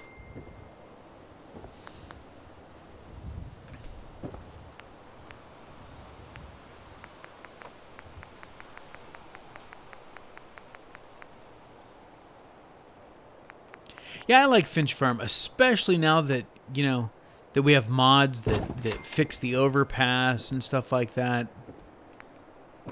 so that it's nav meshed properly and all of those good things. And, you know, you have access. I mean, come on, I installed a mod and it nav meshed the entire thing and built all of that structure so that it's perfectly lined up at the top. Just saves me from having to do it.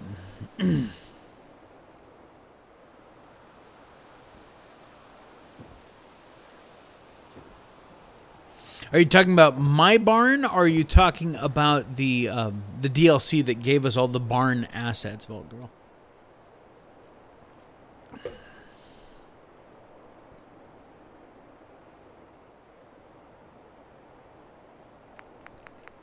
Yeah, but it's not going to be as bad as we think it is. DLC, nice. Yeah, no, I agree. The barn set is really, really nice.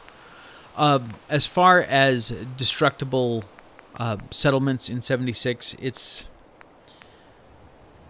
a one button push to fix, to repair. And I kind of actually like the idea of, why wouldn't our settlements be destructible?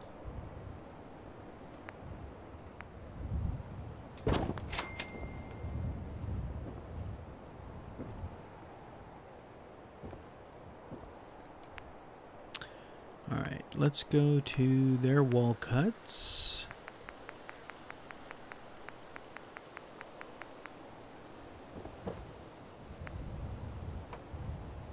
No, there. Oh, there we go.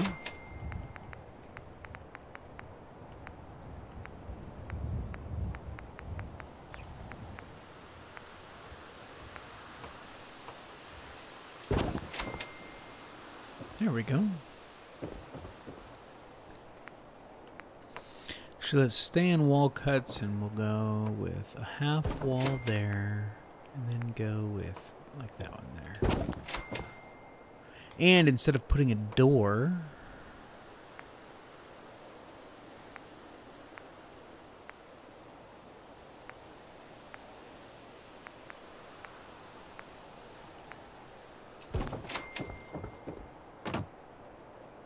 there. Oh, God, I fell off.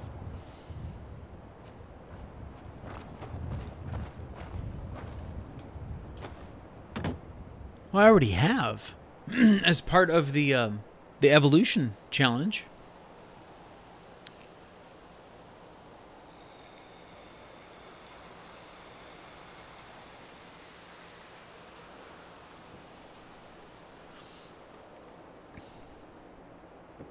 Well, we don't yet know that. You know, when I was going through making the video for the build mechanics of 76, when they placed down that wall, I know that I zoomed in on the bar and it looks like it's moving pretty significantly. I made a mistake there in that video. I should have left it full zoomed out so you could see the bar move just slightly and then zoom in on it. So, yeah, it was one of the last videos that I did, but what I need to do is I need to do a build series on building a factory. And you are absolutely right with that. And I have footage from that build, but I think I just want to redo it all. Because I learned so much during the Evolution Challenge.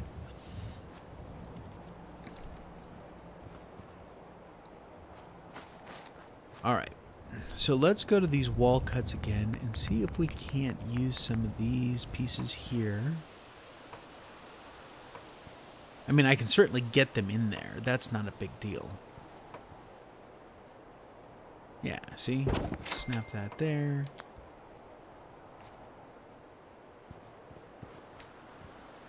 Actually, right here. I don't want it to snap to the top floor because the top floor is actually off-centered.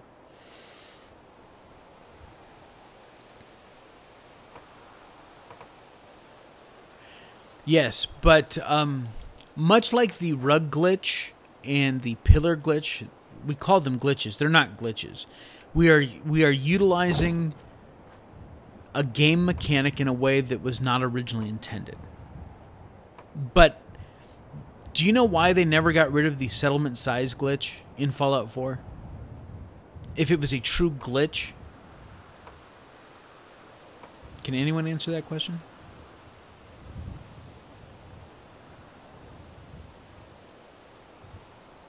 Settlements aren't going to be this big. Think of settlements in 76. Their intention is to make them more like a base of operations, not a settlement.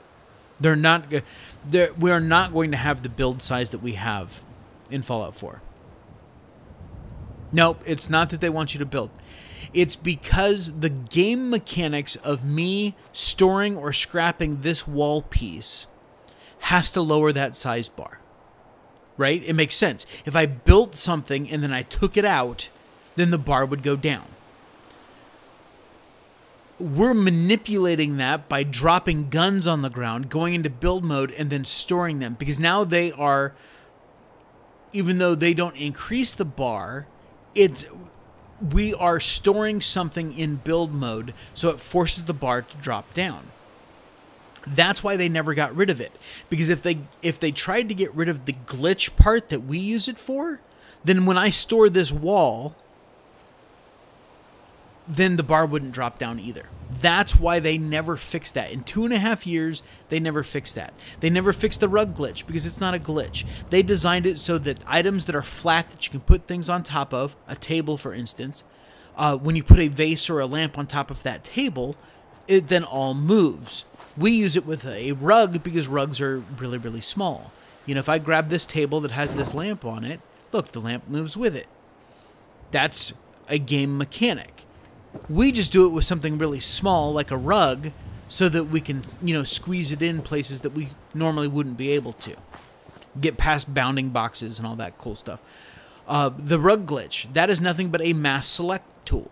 That is an actual thing in the game where I could walk up and, you know, long press on this floor and everything that's close to it would get selected with it.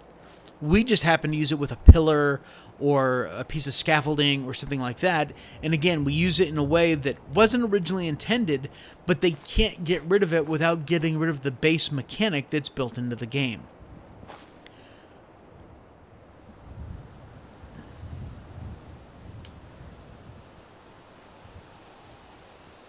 Oh, yeah. Okay, yes. I gotcha. So, if the base building mechanics are the exact same, which they should be, there was no reason for them to change anything, because every time you build something, the bar goes up. Which means that anytime you store something, the bar will go back down. I'm guessing we may have the settlement size glitch in Fallout 76. In which case, screw the bar. We'll break the servers. Which I intend to do during the beta. Alright, so we got that all boxed in. Let's go ahead and get these regular walls up, and then we'll worry about this gap here in a minute.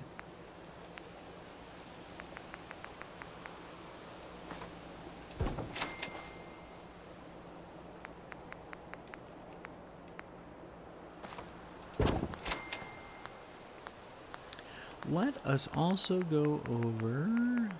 I never get in here enough.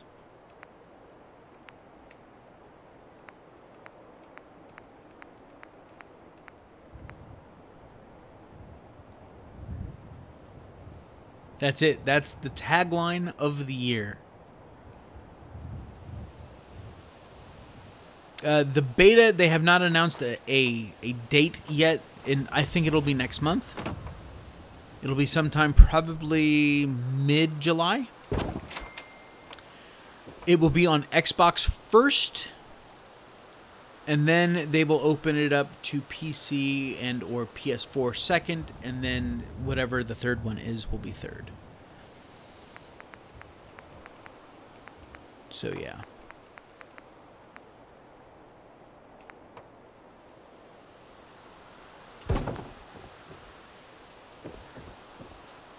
Alright, let's grab... yeah, see, we did a lot of closed walls here. Let's not do that.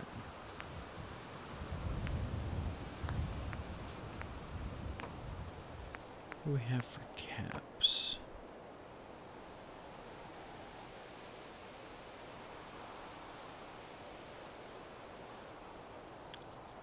Well, I mean, I get why they do it, and who was it? Was it Nacho? Or SAR? One of them made a comment. It was one of those two. And I don't remember which. It said, imagine having even just one size bar from Fallout 4. Now, of course, my bar is always empty because I'm running a mod. But imagine having the entire size bar to build at Starlight, for example. No, using no glitches or anything like that. But you had one full bar to build whatever you wanted. And now imagine 12 other players all building around you. So essentially, you will have cleared the size bar 12 times at Starlight in that one area of the game. It could be very detrimental to you know, systems and stuff like that. I am really looking forward to Cyberpunk.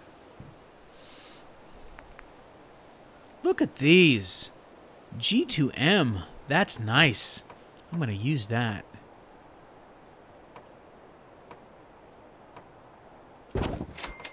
Oh, I dig those.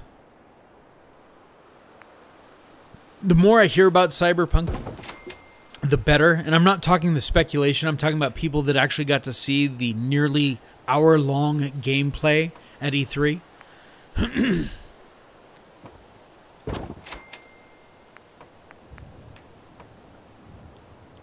Oh, it's an actual door frame?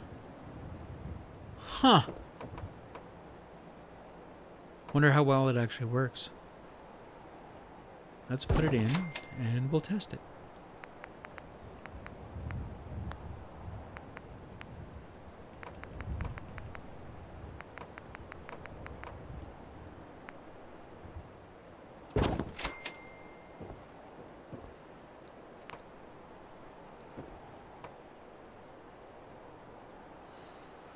And honestly, it's not...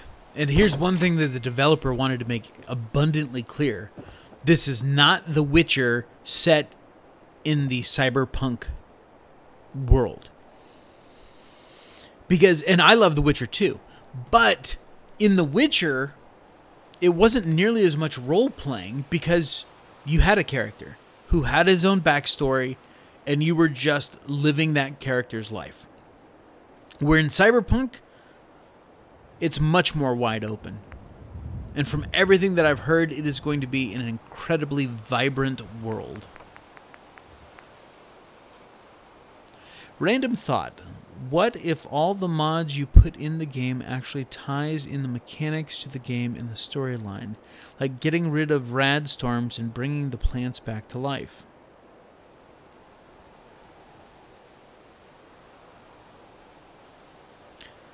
That would be cool. That would be very cool, Major.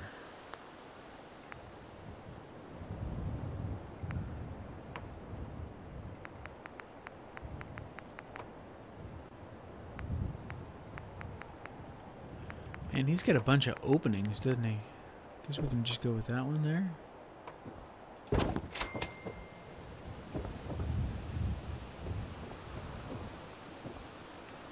Alright.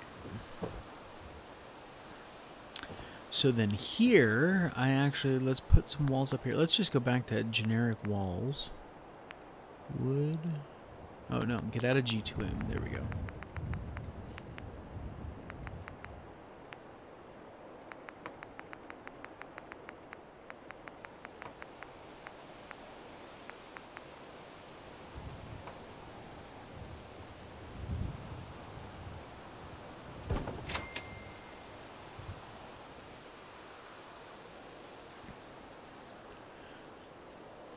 Well, I know that there's intelligent plants. I don't know if they're man-eating. I don't know if we're going to be attacked by giant Venus flytraps.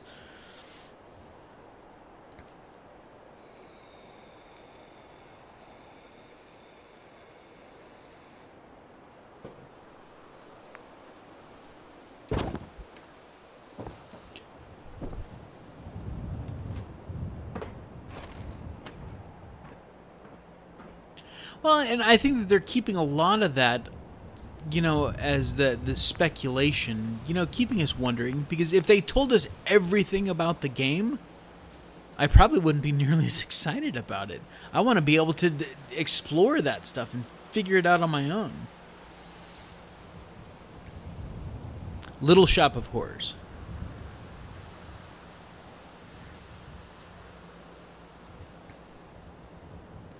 Of course, because I put that wall there, this doesn't want to snap in. So, we will... Oh, now it goes? Ha! Look at that. Alright. See, and look, that is about the same height as what we're going to need over here anyway to fill that gap in. Yes. Feed me, Seymour. Little shop of horrors. Yep. Sorry. Didn't mean to sing.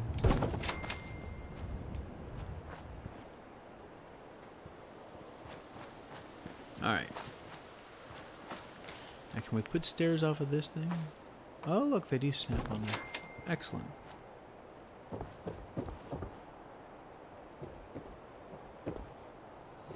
Alright, so let's finish closing this in.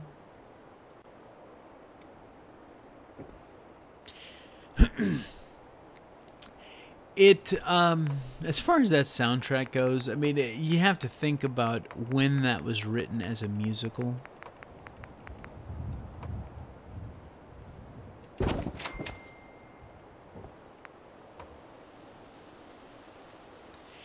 You know, because, I mean, it was about the same time as Rocky Horror. And if you listen to the music, there are a lot of similar things going on. Alright, so now the question is now that I've elevated that, what is the height?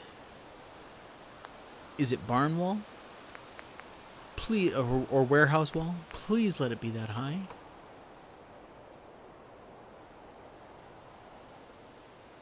Damn near. Close enough for government work. Yeah, absolutely.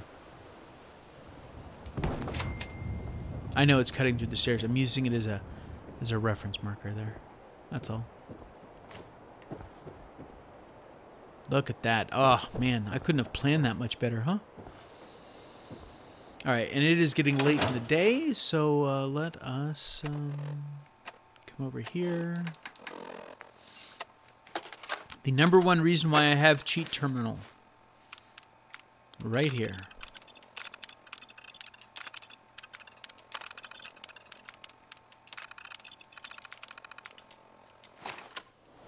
Ta-da.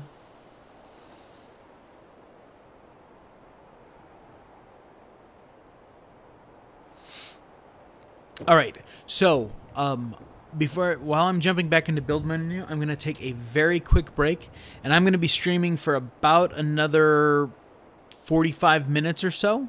After I get back with the break, I have a project that I got to work on at 2:30 with a couple buddies of mine. And so, yeah, I will be back in just a couple minutes. So if I had some music to entertain you guys with, I would. But, yeah, the best I got is this this great picture here from State of Decay 2. So I will be right back, guys.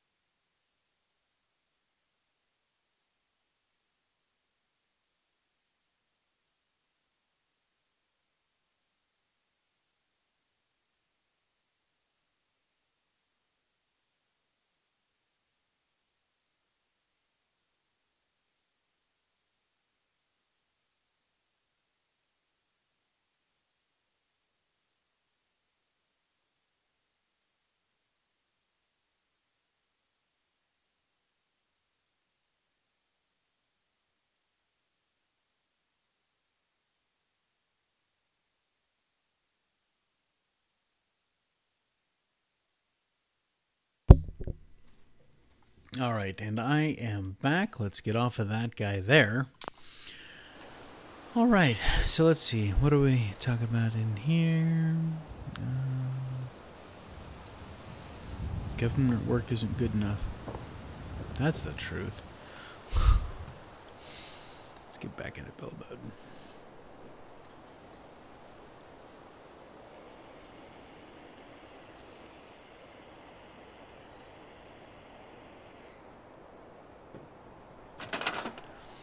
All right, so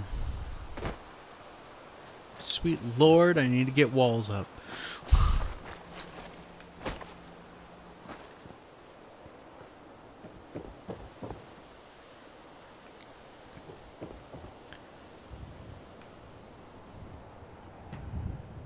So, do we want to do warehouse walls? No, we don't want to do warehouse walls. We want the differentiation of the height between the two.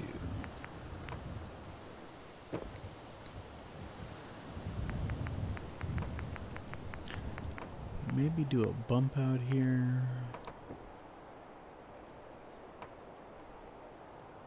Maybe over here so they can like stare through the scaffolding to see all the water.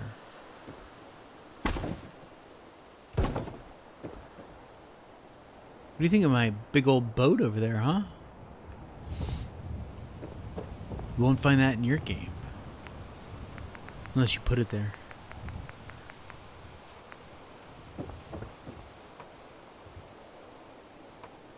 Come on, thank you.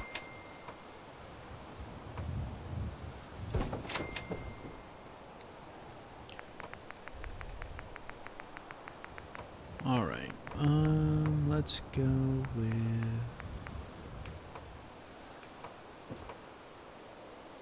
There's not much that's going to be going on around this stairwell. Well, I can't have the same wall sitting right next to each other, can I? No, absolutely not. What kind of builder would I be?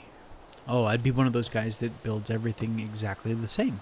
And there's nothing wrong with that. I love the fact that we can build in so many different styles.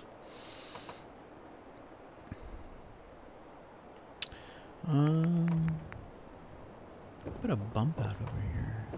So outer cap wall, there we go. Go with the wood one.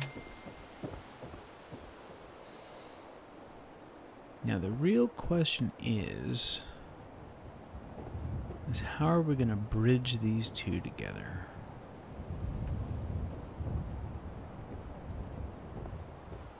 Alright, so we know that that's there. Guess we can put our roof up here.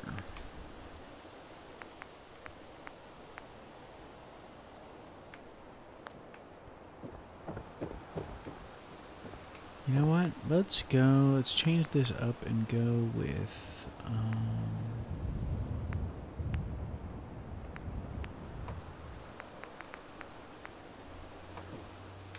see how that looks, huh?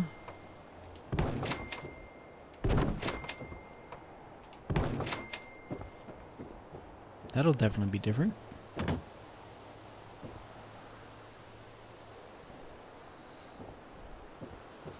See, and the walls are touching, so we don't actually need to... We just need something to come off of here.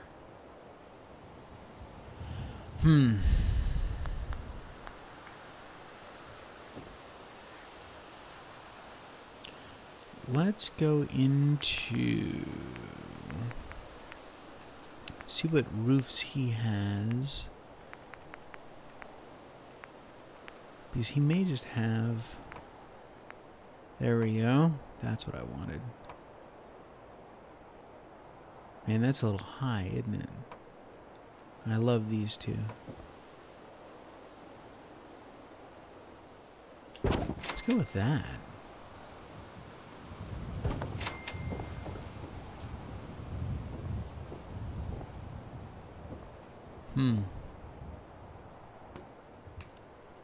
All right.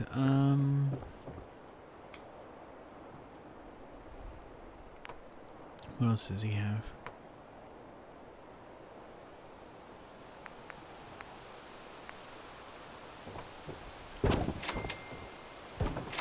Let me get a little crazy here.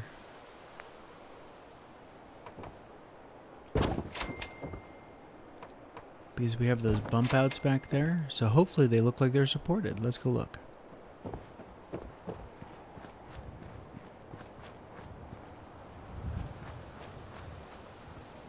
Nope, looks like they're floating, doesn't it?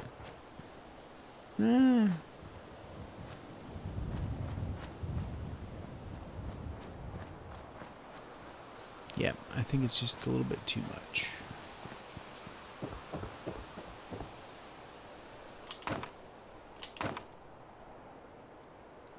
Actually, what we could do is go with... Come on.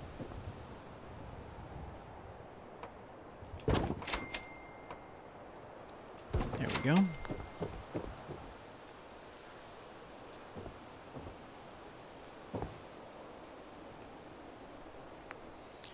And now...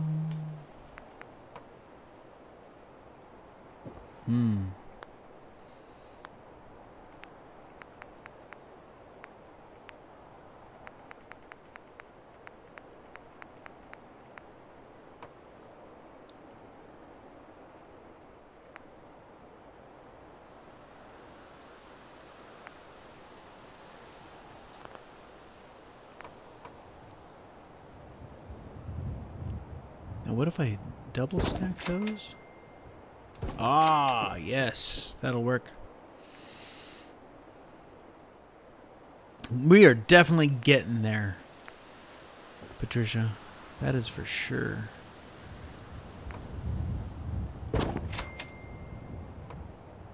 Come on.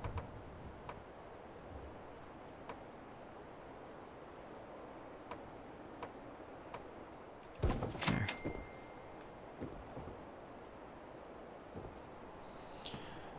And I'm gonna...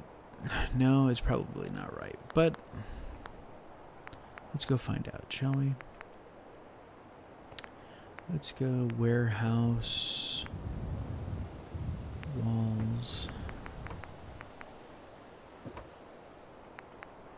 Oh, it is right. Look at that. Oh no, that didn't snap right, did it? What? There it is. And that means that this piece here.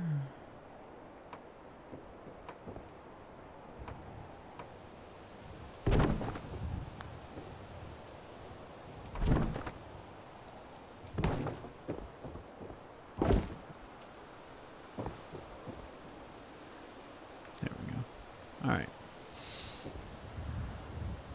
Now what to do over here? Because unfortunately I don't have any... Well, maybe he does. A half wall and vanilla extensions for barn. No, he doesn't.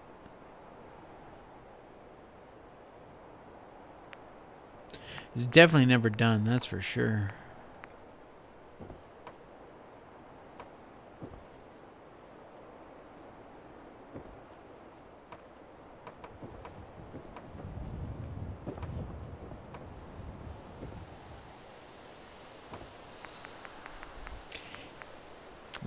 Now I'm trying to remember, what mod was it?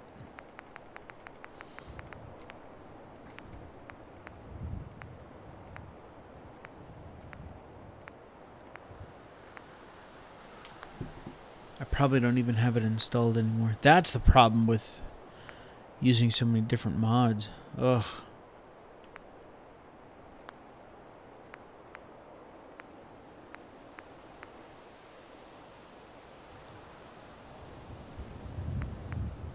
I'm taking one for the team, rest assured.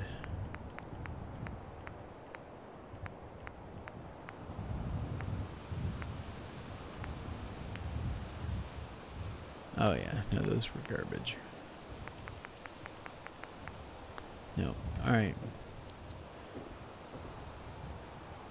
So, what are we going to do right over here for this little section? Because it's actually more than a half wall.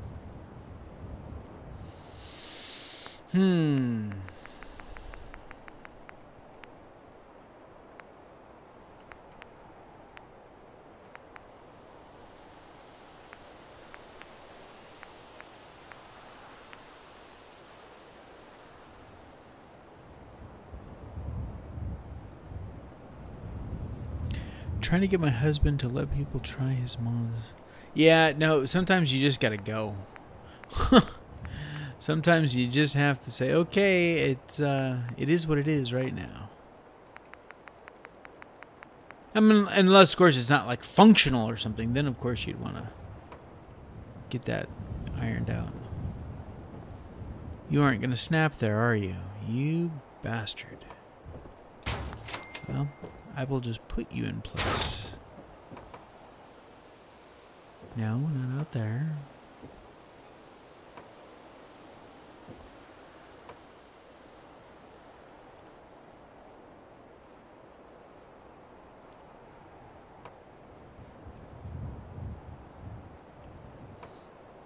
Ah, damn it. That's it.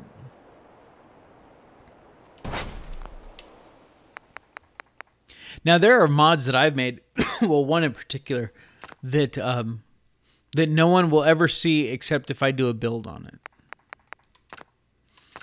And that's unfortunate, but it is the way it is. And you guys can thank Sony for that.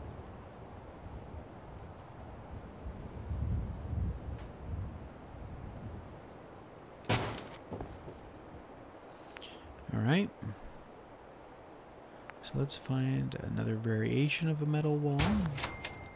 And we're just going to do it this way. The ultimate in building. No snapping whatsoever.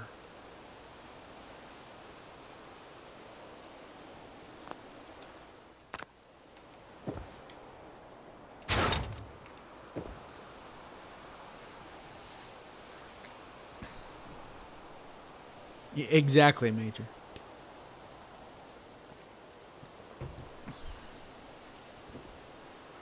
Alright, what to do about that gap up there? So let's go to wood, wall cuts. And we'll place this. Oh, look at that. That may just go right there. Oh, that's even better. Because I still think we'll be able to get up here. Yep. Does not impede our headway.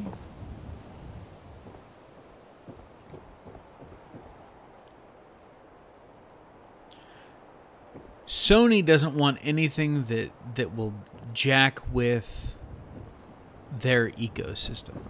The whole, you know, external scripts thing. Ugh.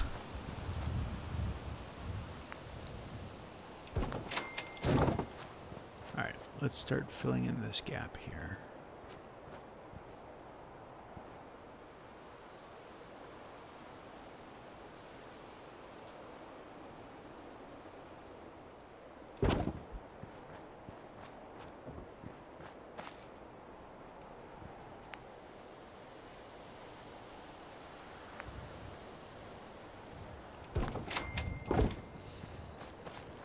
But yeah, I made the Museum of Freedom into a settlement.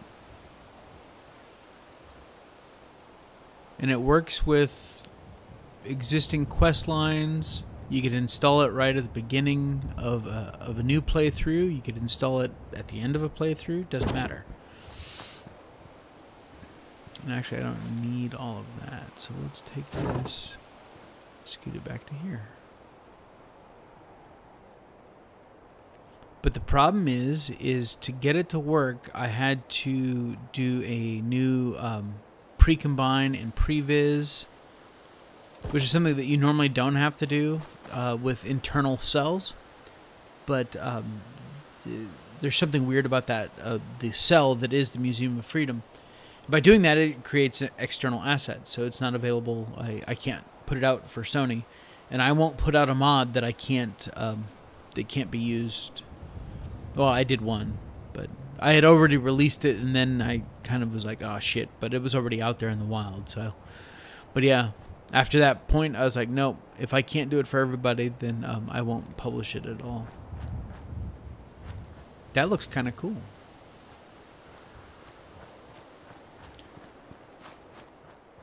Now I want to come back here and do some supports on this stuff.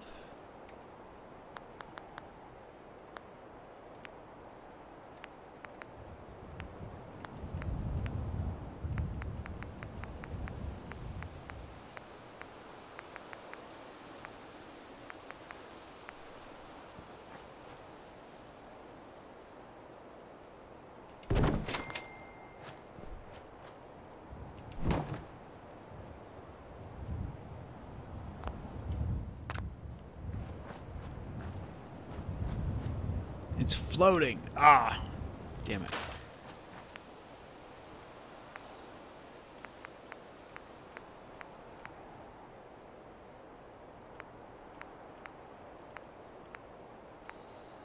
I was going to use these angled ones as well.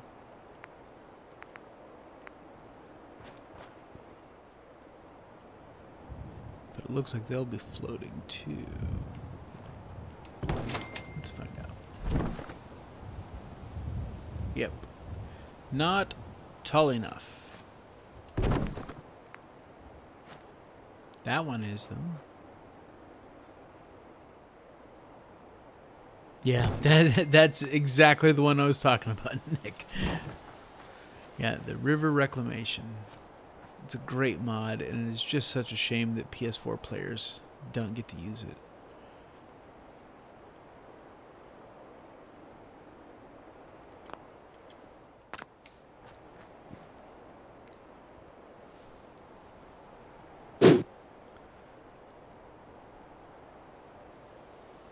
I am doing wonderful, JHerd54. Thank you for asking. I'm going to be running this till about 2:15 my time. It's currently 1:40 my time.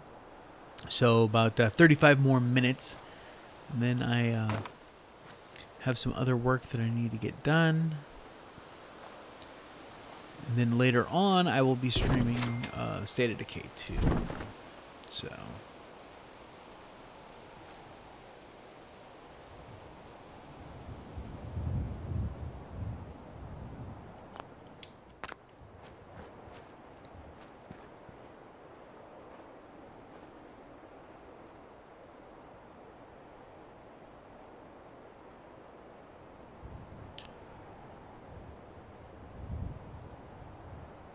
Yeah, see, I'm the same way, Patricia.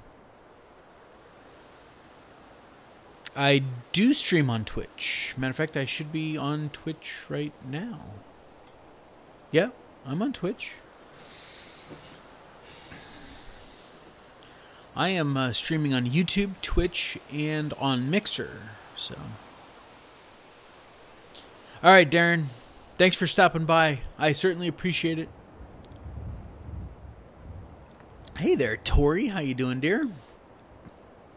I am doing wonderful. Thank you for asking. Now, can I put this one maybe up closer or something? No, it's just, this hill is just too big. It's a damn shame. I like that thick one.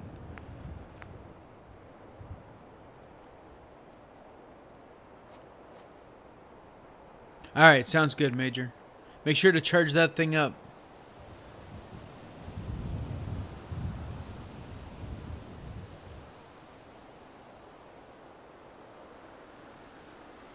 A multi-stream? Yeah, that's what I'm doing right now.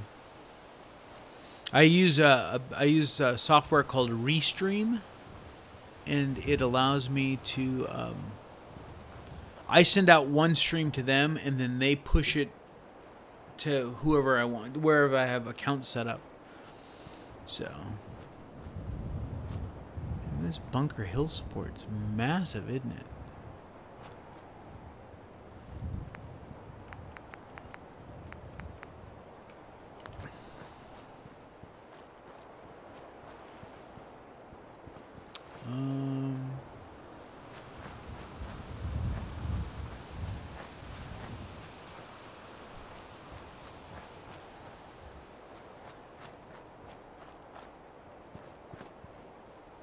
Yeah, it doesn't look bad at all.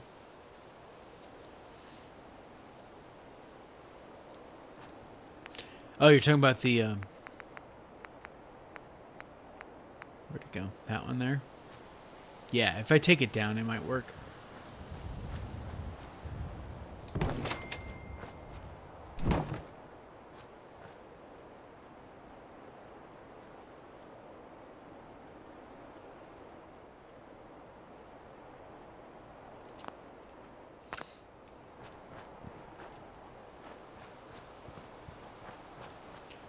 Oh, look at that. It even looks like it's tying into that building. Cool.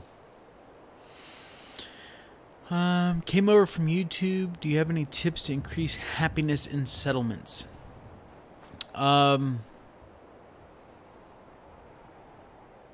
Yes. Use everything that gives you happiness. So, depending on what DLCs you have and stuff like that, go through and yeah, see, in running yeah, see, a trading stand gives you happiness, but a trading emporium produces even more happiness. So make sure that all of your vendor stalls are as upgraded as possible. And by the way, thanks for coming and hanging out and tuning in. I certainly appreciate that. But yeah, pets. If you can capture, go with some cages. I know that cats and dogs improve happiness. Oh no, Major.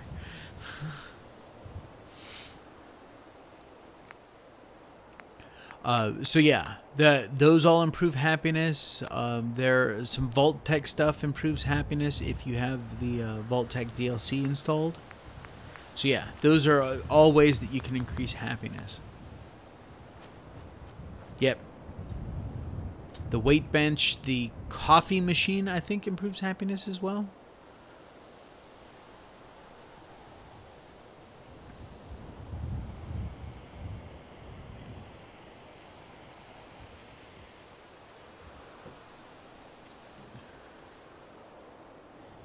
Yep, absolutely. All right, so I think I need to put just like one support on that thing if I have something that's tall enough.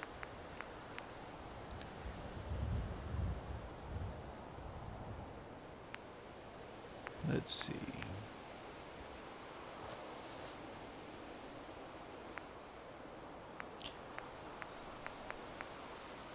Yeah, that's a little bit too big. I mean, I may just have to go with like a steel beam or something like that. Are those tall enough? They are. All right, cool. We'll go with those.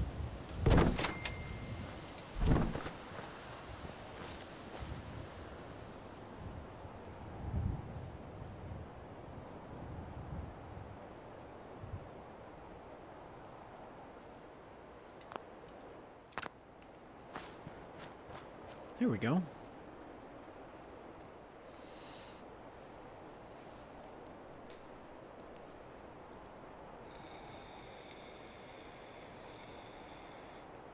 I am digging it.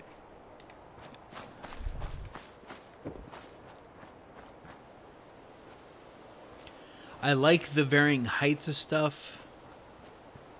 Because when you're staring at this overpass, you're like, son of a bitch, that thing is tall, you know?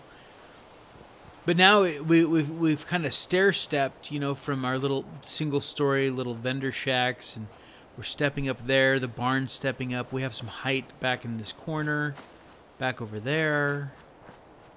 That doesn't seem so bad now, having the bar way up there. Man, this place is coming along great. Yes, I have been vaping for 9 years now. So I smoked for 17 years. And I paid way too much money for my first e-cig. It didn't work. Pissed me off. So I went online to find out how I could make it better, and found out I just had a crappy thing. And this is back before vape shops were even a thing. And everything was online. And so I ordered a little starter kit. And yeah.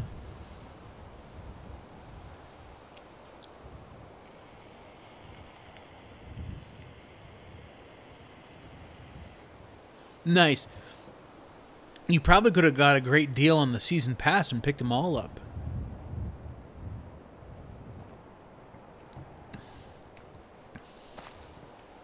Alright, so I want to move this maybe over here.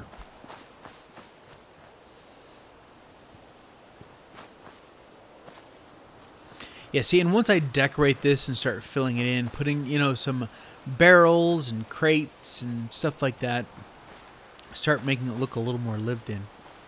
Now, it says I have 5 settlers. I don't know where number 5 is, though.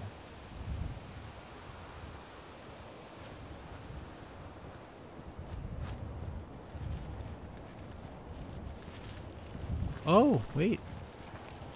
Who are you? Where'd you come from? You just started gardening. Good for you.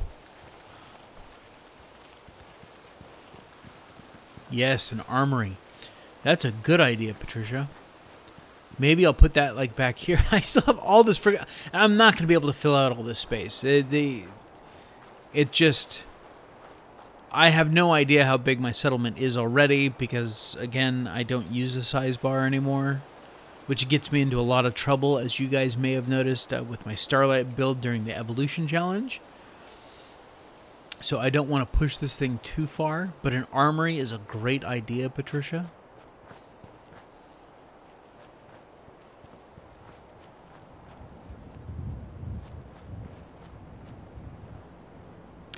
Let's see. Yeah, I honestly don't know which ones or how much they are, because like I said, I bought the season pass for $30 when they first offered it, and it was like 2 weeks later it shot up to $50. So Nuka World gives you some great content. Far Harbor, which is probably the 2 big ones. Nuka World and Far Harbor are the 2 bigger ones, because those are whole different storylines with all kinds of quests, different maps and all that stuff. Definitely worth the pickup if you want some good storyline play.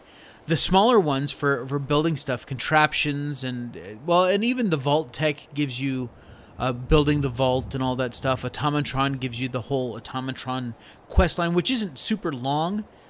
I think it took me There's probably less than 10 hours to do the whole thing. But on a new playthrough, it might take you a little bit longer. So, yeah, I mean, if you enjoy building, pick them all up.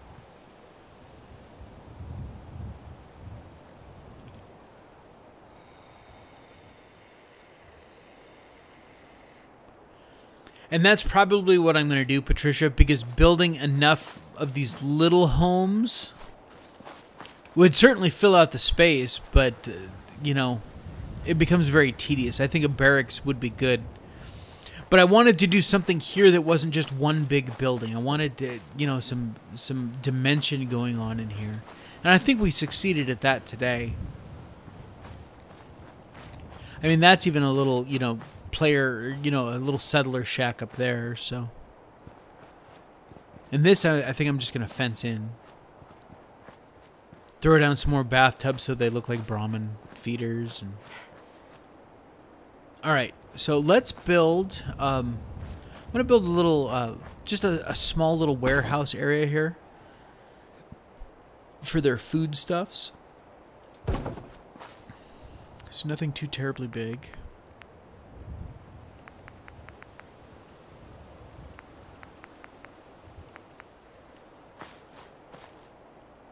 Oh yeah, I guess I gotta turn snapping back on, don't I? I don't have to, but it certainly makes things go faster.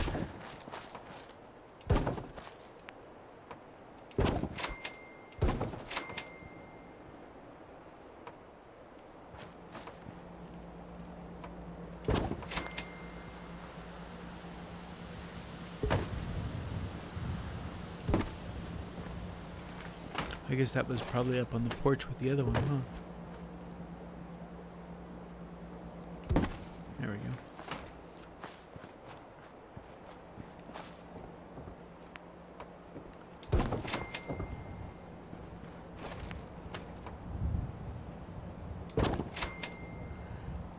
$30 is a steal right now. The Game of the Year edition is $59.99. Season pass at $49.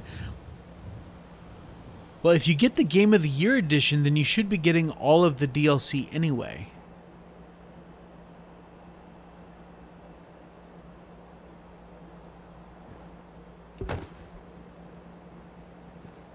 So maybe I will just put this workbench back here in the back of the warehouse.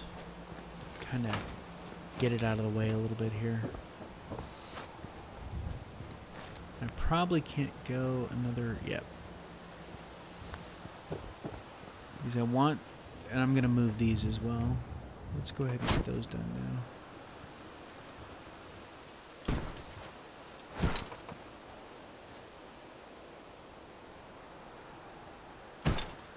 I don't actually need those now that I think about it. There. I mean, I've got so much water being generated down there. So maybe... Oh, no.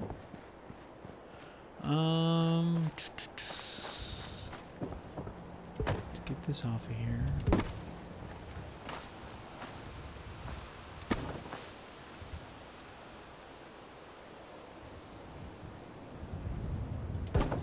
Let's try that.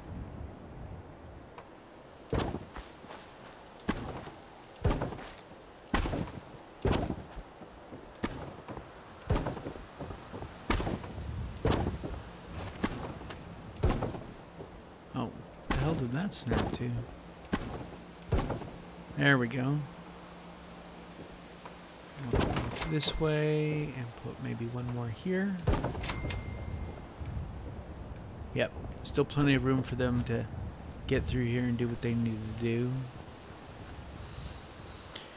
Alright, so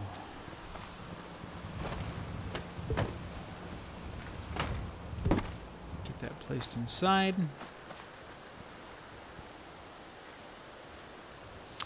And now let's go over to...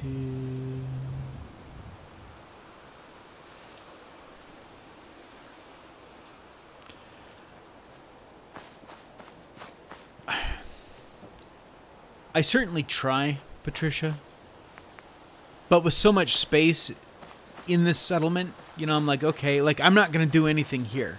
Hell, I may put like a little fountain or just a little common area here. You know, maybe some benches or something like that. Keep it kind of open.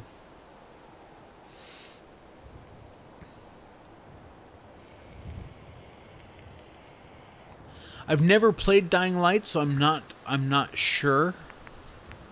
But if you say it is, then I will take your word for it.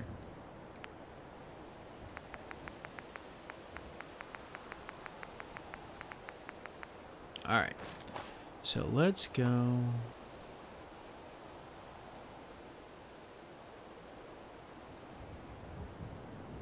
Let's go with that.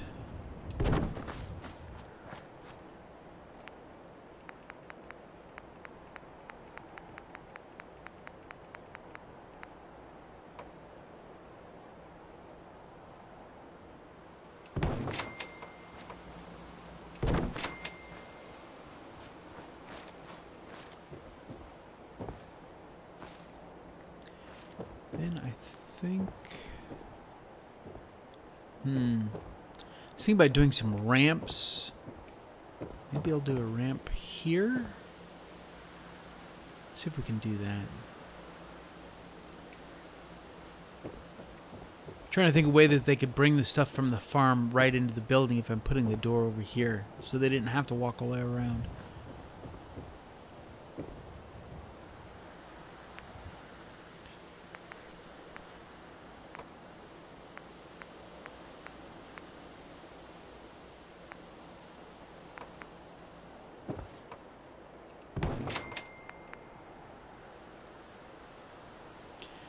This particular mod piece does not want to snap to the half wall, which is where you would think you'd want it. So, I have other options though. We'll just go with that one there.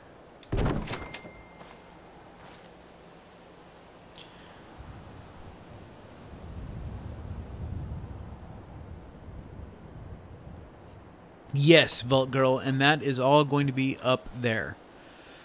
Matter of fact, before we finish this off here, I'll give you guys a quick tour of the player home and the bar. So, in about 10 minutes or so.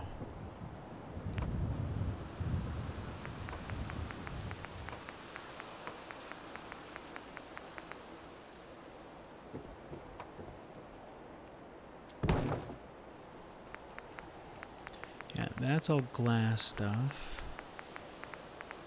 Actually, let's not... yeah, that'll be fine.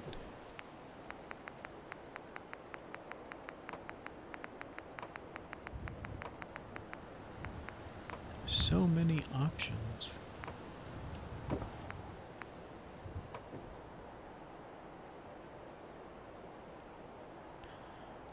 Where all can I place beds at settlements for settlers? I'm currently building Sanctuary Hills for my first build.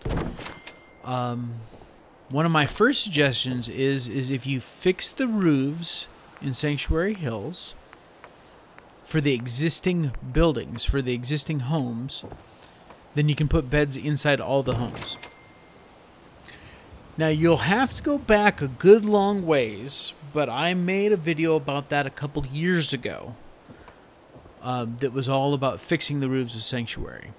And yeah, so...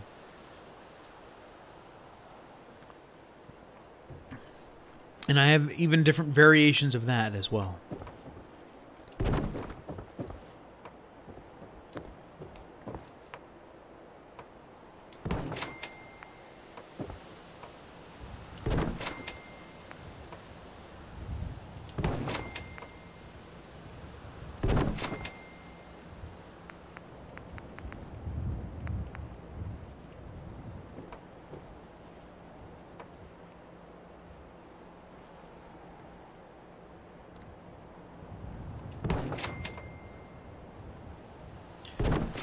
Well, yeah, I could go over to Sanctuary and literally rip the roofs right off and build whatever I wanted on them now, you know.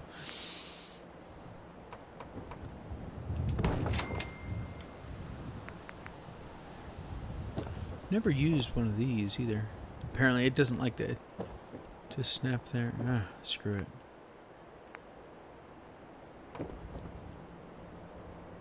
Go with that. And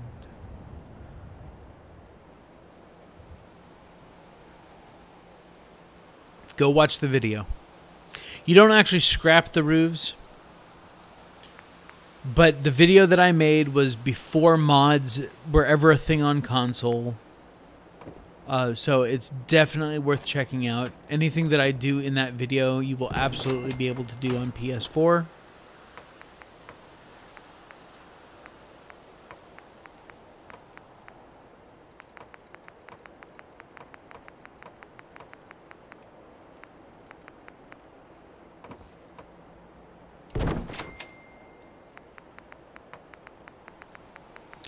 And back over here should be a nice window half wall. There we go.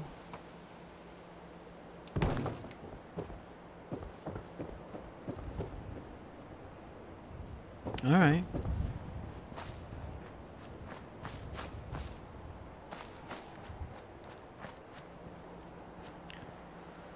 Now let's throw some roofs on this bad boy. Actually, let's go with...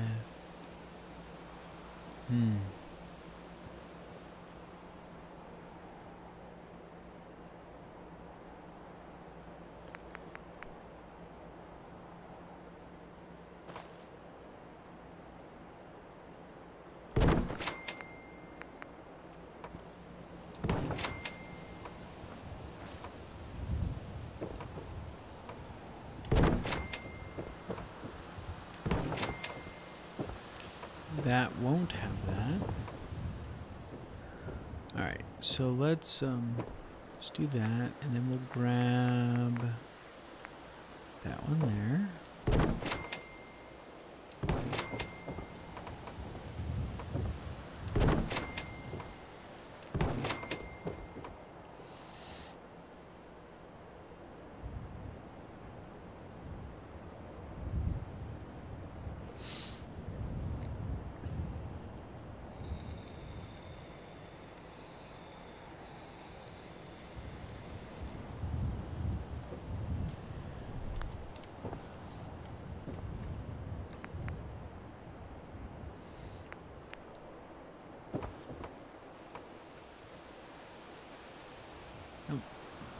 Really?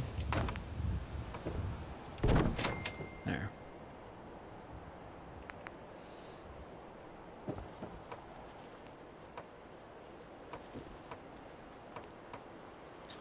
Oh, just go there.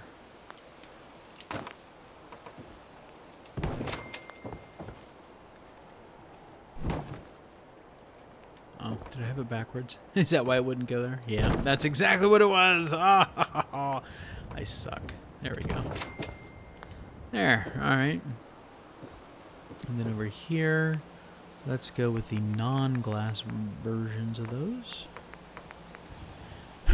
Not the concrete ones either.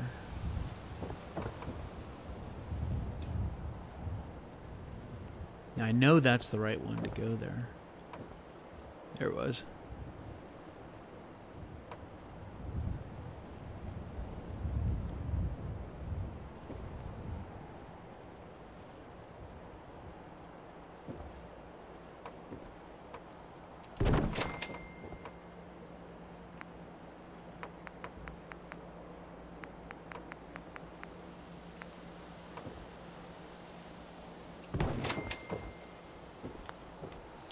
Let's put our roofs back on.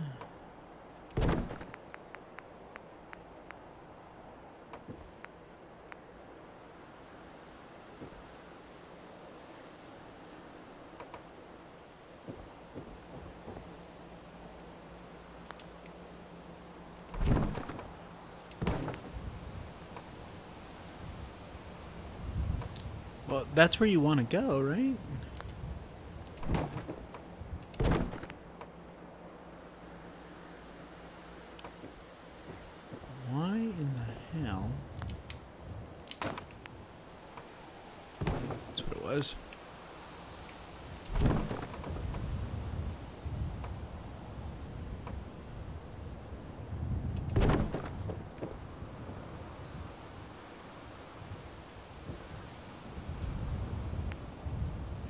so now let's grab our flat roof again.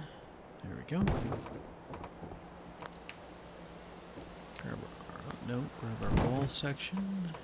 Put that back up.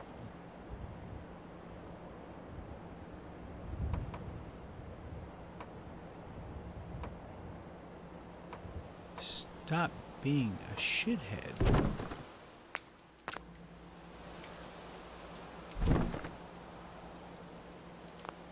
I'll make you go there. There we go. Alright. So now I want that upper piece, this one here. I want it...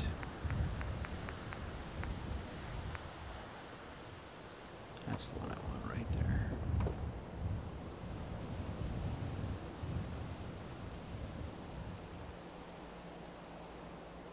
Alright, so let's build that down here. We'll use place anywhere to...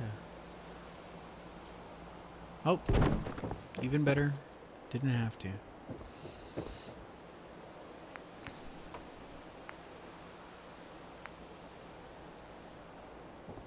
No, I don't want the concrete version. I want this version.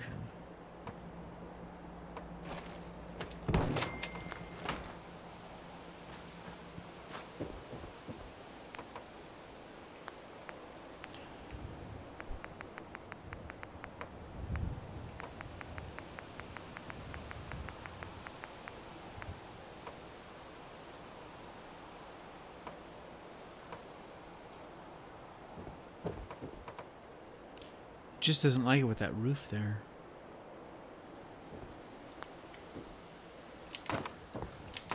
Luckily, those roofs are very forgiving.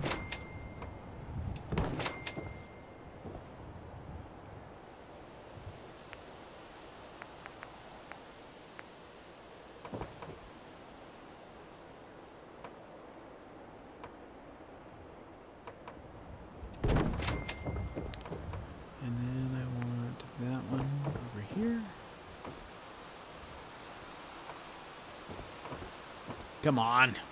Some pitch, get in there.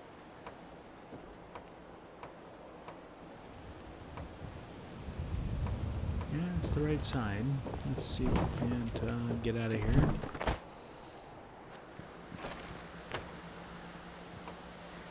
There we go.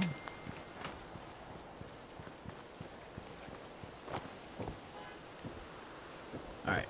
So now we just want to put that last wall piece there, and we will go with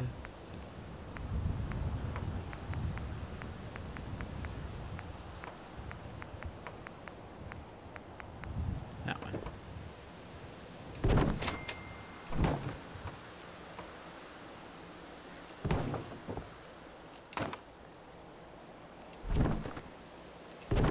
There we go.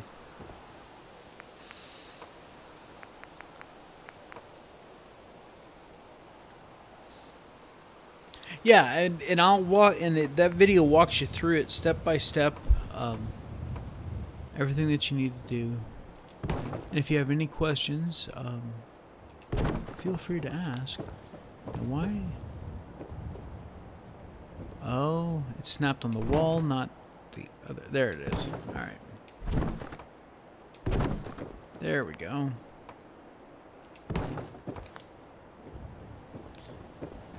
Proper little warehouse.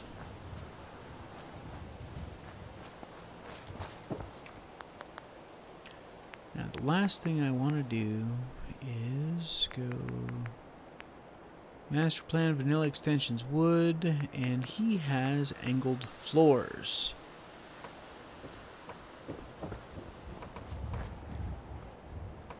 So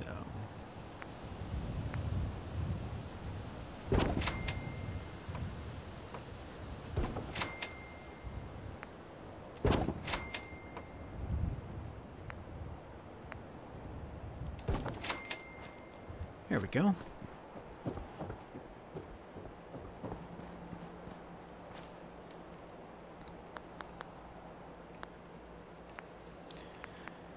we'll come over to warehouse.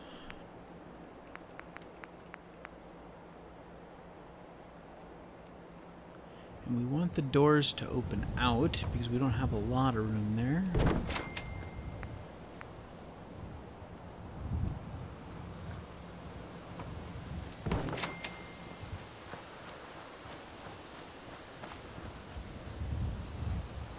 Wow, certainly filled in this area, didn't we, guys? So I think for next week, we are definitely going to go with Patricia's idea and building an armory and probably a barracks, too. So, oh yeah, this is filling out nicely. And I like that we were able to get that door there. Looks very nice. All right, cool. So, as promised, I am going to get out of build mode and let's do a hard save. And we will first go look at the player house. The only way to get into the player house is by using this elevator.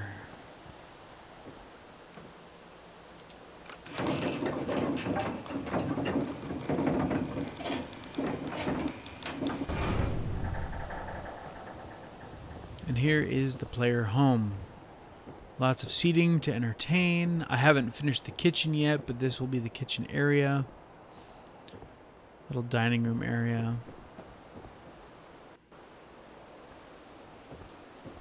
And then obviously I haven't finished the decorations up here yet. But we got a nice deck. We could take pot shots at the super mutants over there at the relay. Come over here. So yeah, that's the player home.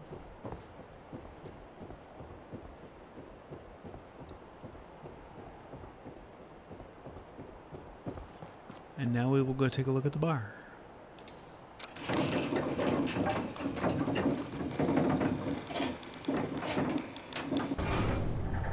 I know. I built a bar way up on an overpass that you have to climb stairs to get to. Oh yeah, it's a great view. We'll take a look at that some more when we get up here. And like I said, all of this scaffolding came with the overpass mod that I'm running that nav meshes the whole thing. But since they're all individual pieces, I was able to break out so that I could come over here and do all my wind turbines. And yeah. So this is the edge. This is my bar. I know, it just looks like a big old block. And I haven't done any decoration in here yet. You gotta step up to the edge rail to get you a drink. I got some lighting going on over here. That apparently is broken. It's just the E. I just need to reset all the power. But yeah, so I will need to decorate this before I do a showcase when I'm all done. But I'm going to have, you know, dance spots and, you know, activity pads and all that stuff up here. So, yeah, the bar is huge. It's ridiculous. And they had, some of these were from the mod. And so I left them up here. Some of them I filled in myself. But yeah, everything's properly nav meshed up here, so NPCs can come up here and wander around. So yeah, that's it, guys. That is the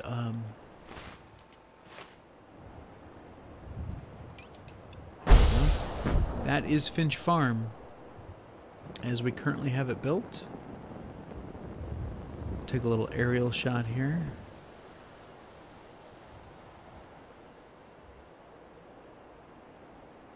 And there's just so much area with these extended borders.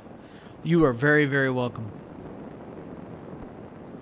So, if you ever do use an extended borders mod, don't build out to the edge of the border.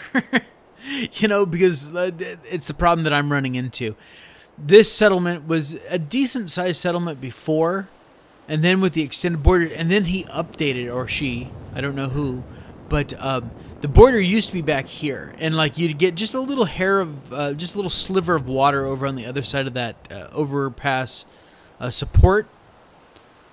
And then they came out with an update that extended it all the way out here. And so yeah, you definitely got some water access, but there is so much extra space to build with that I think building an armory and a barracks, we can certainly fill this place out. So that is going to wrap it up for this live stream, guys. I hope you guys enjoyed it. And if you're new to my channel, I ask that you smash that subscribe button so that I know that you are showed up. And if you really like this video, then please give a thumbs up. It lets me know that I'm doing the right thing. And if you want to get notified the next time I post a video, click the bell notification icon. And you guys have been doing the live chat, but if you go back and watch any of my other streams or anything like that, leave a comment, simply for the reason that the YouTube algorithm looks at all of those things. You know, did you subscribe? Did you click the bell notification icon? Did you give it a thumbs up or thumbs down? Did you leave a comment? The algorithm will then make sure that you see more of my videos. It's kind of, they keep changing that stupid algorithm. It used to just be click on subscribe and you know, and you'd be able to see all my videos. And then they added the bell notification icon so that you get notifications of when I post a video. And then people still aren't seeing everyone's videos. And it's not just me. It's all content creators across YouTube. They're running into the same issue where their subscribers aren't getting the notifications for every new video. So the more you interact with my videos, the better chance you'll have of getting notified the next time I post a video. And until next time, Wastelanders, you take care of yourselves out there. This is Draco Invictus saying this has been the greatest day in my life. See ya.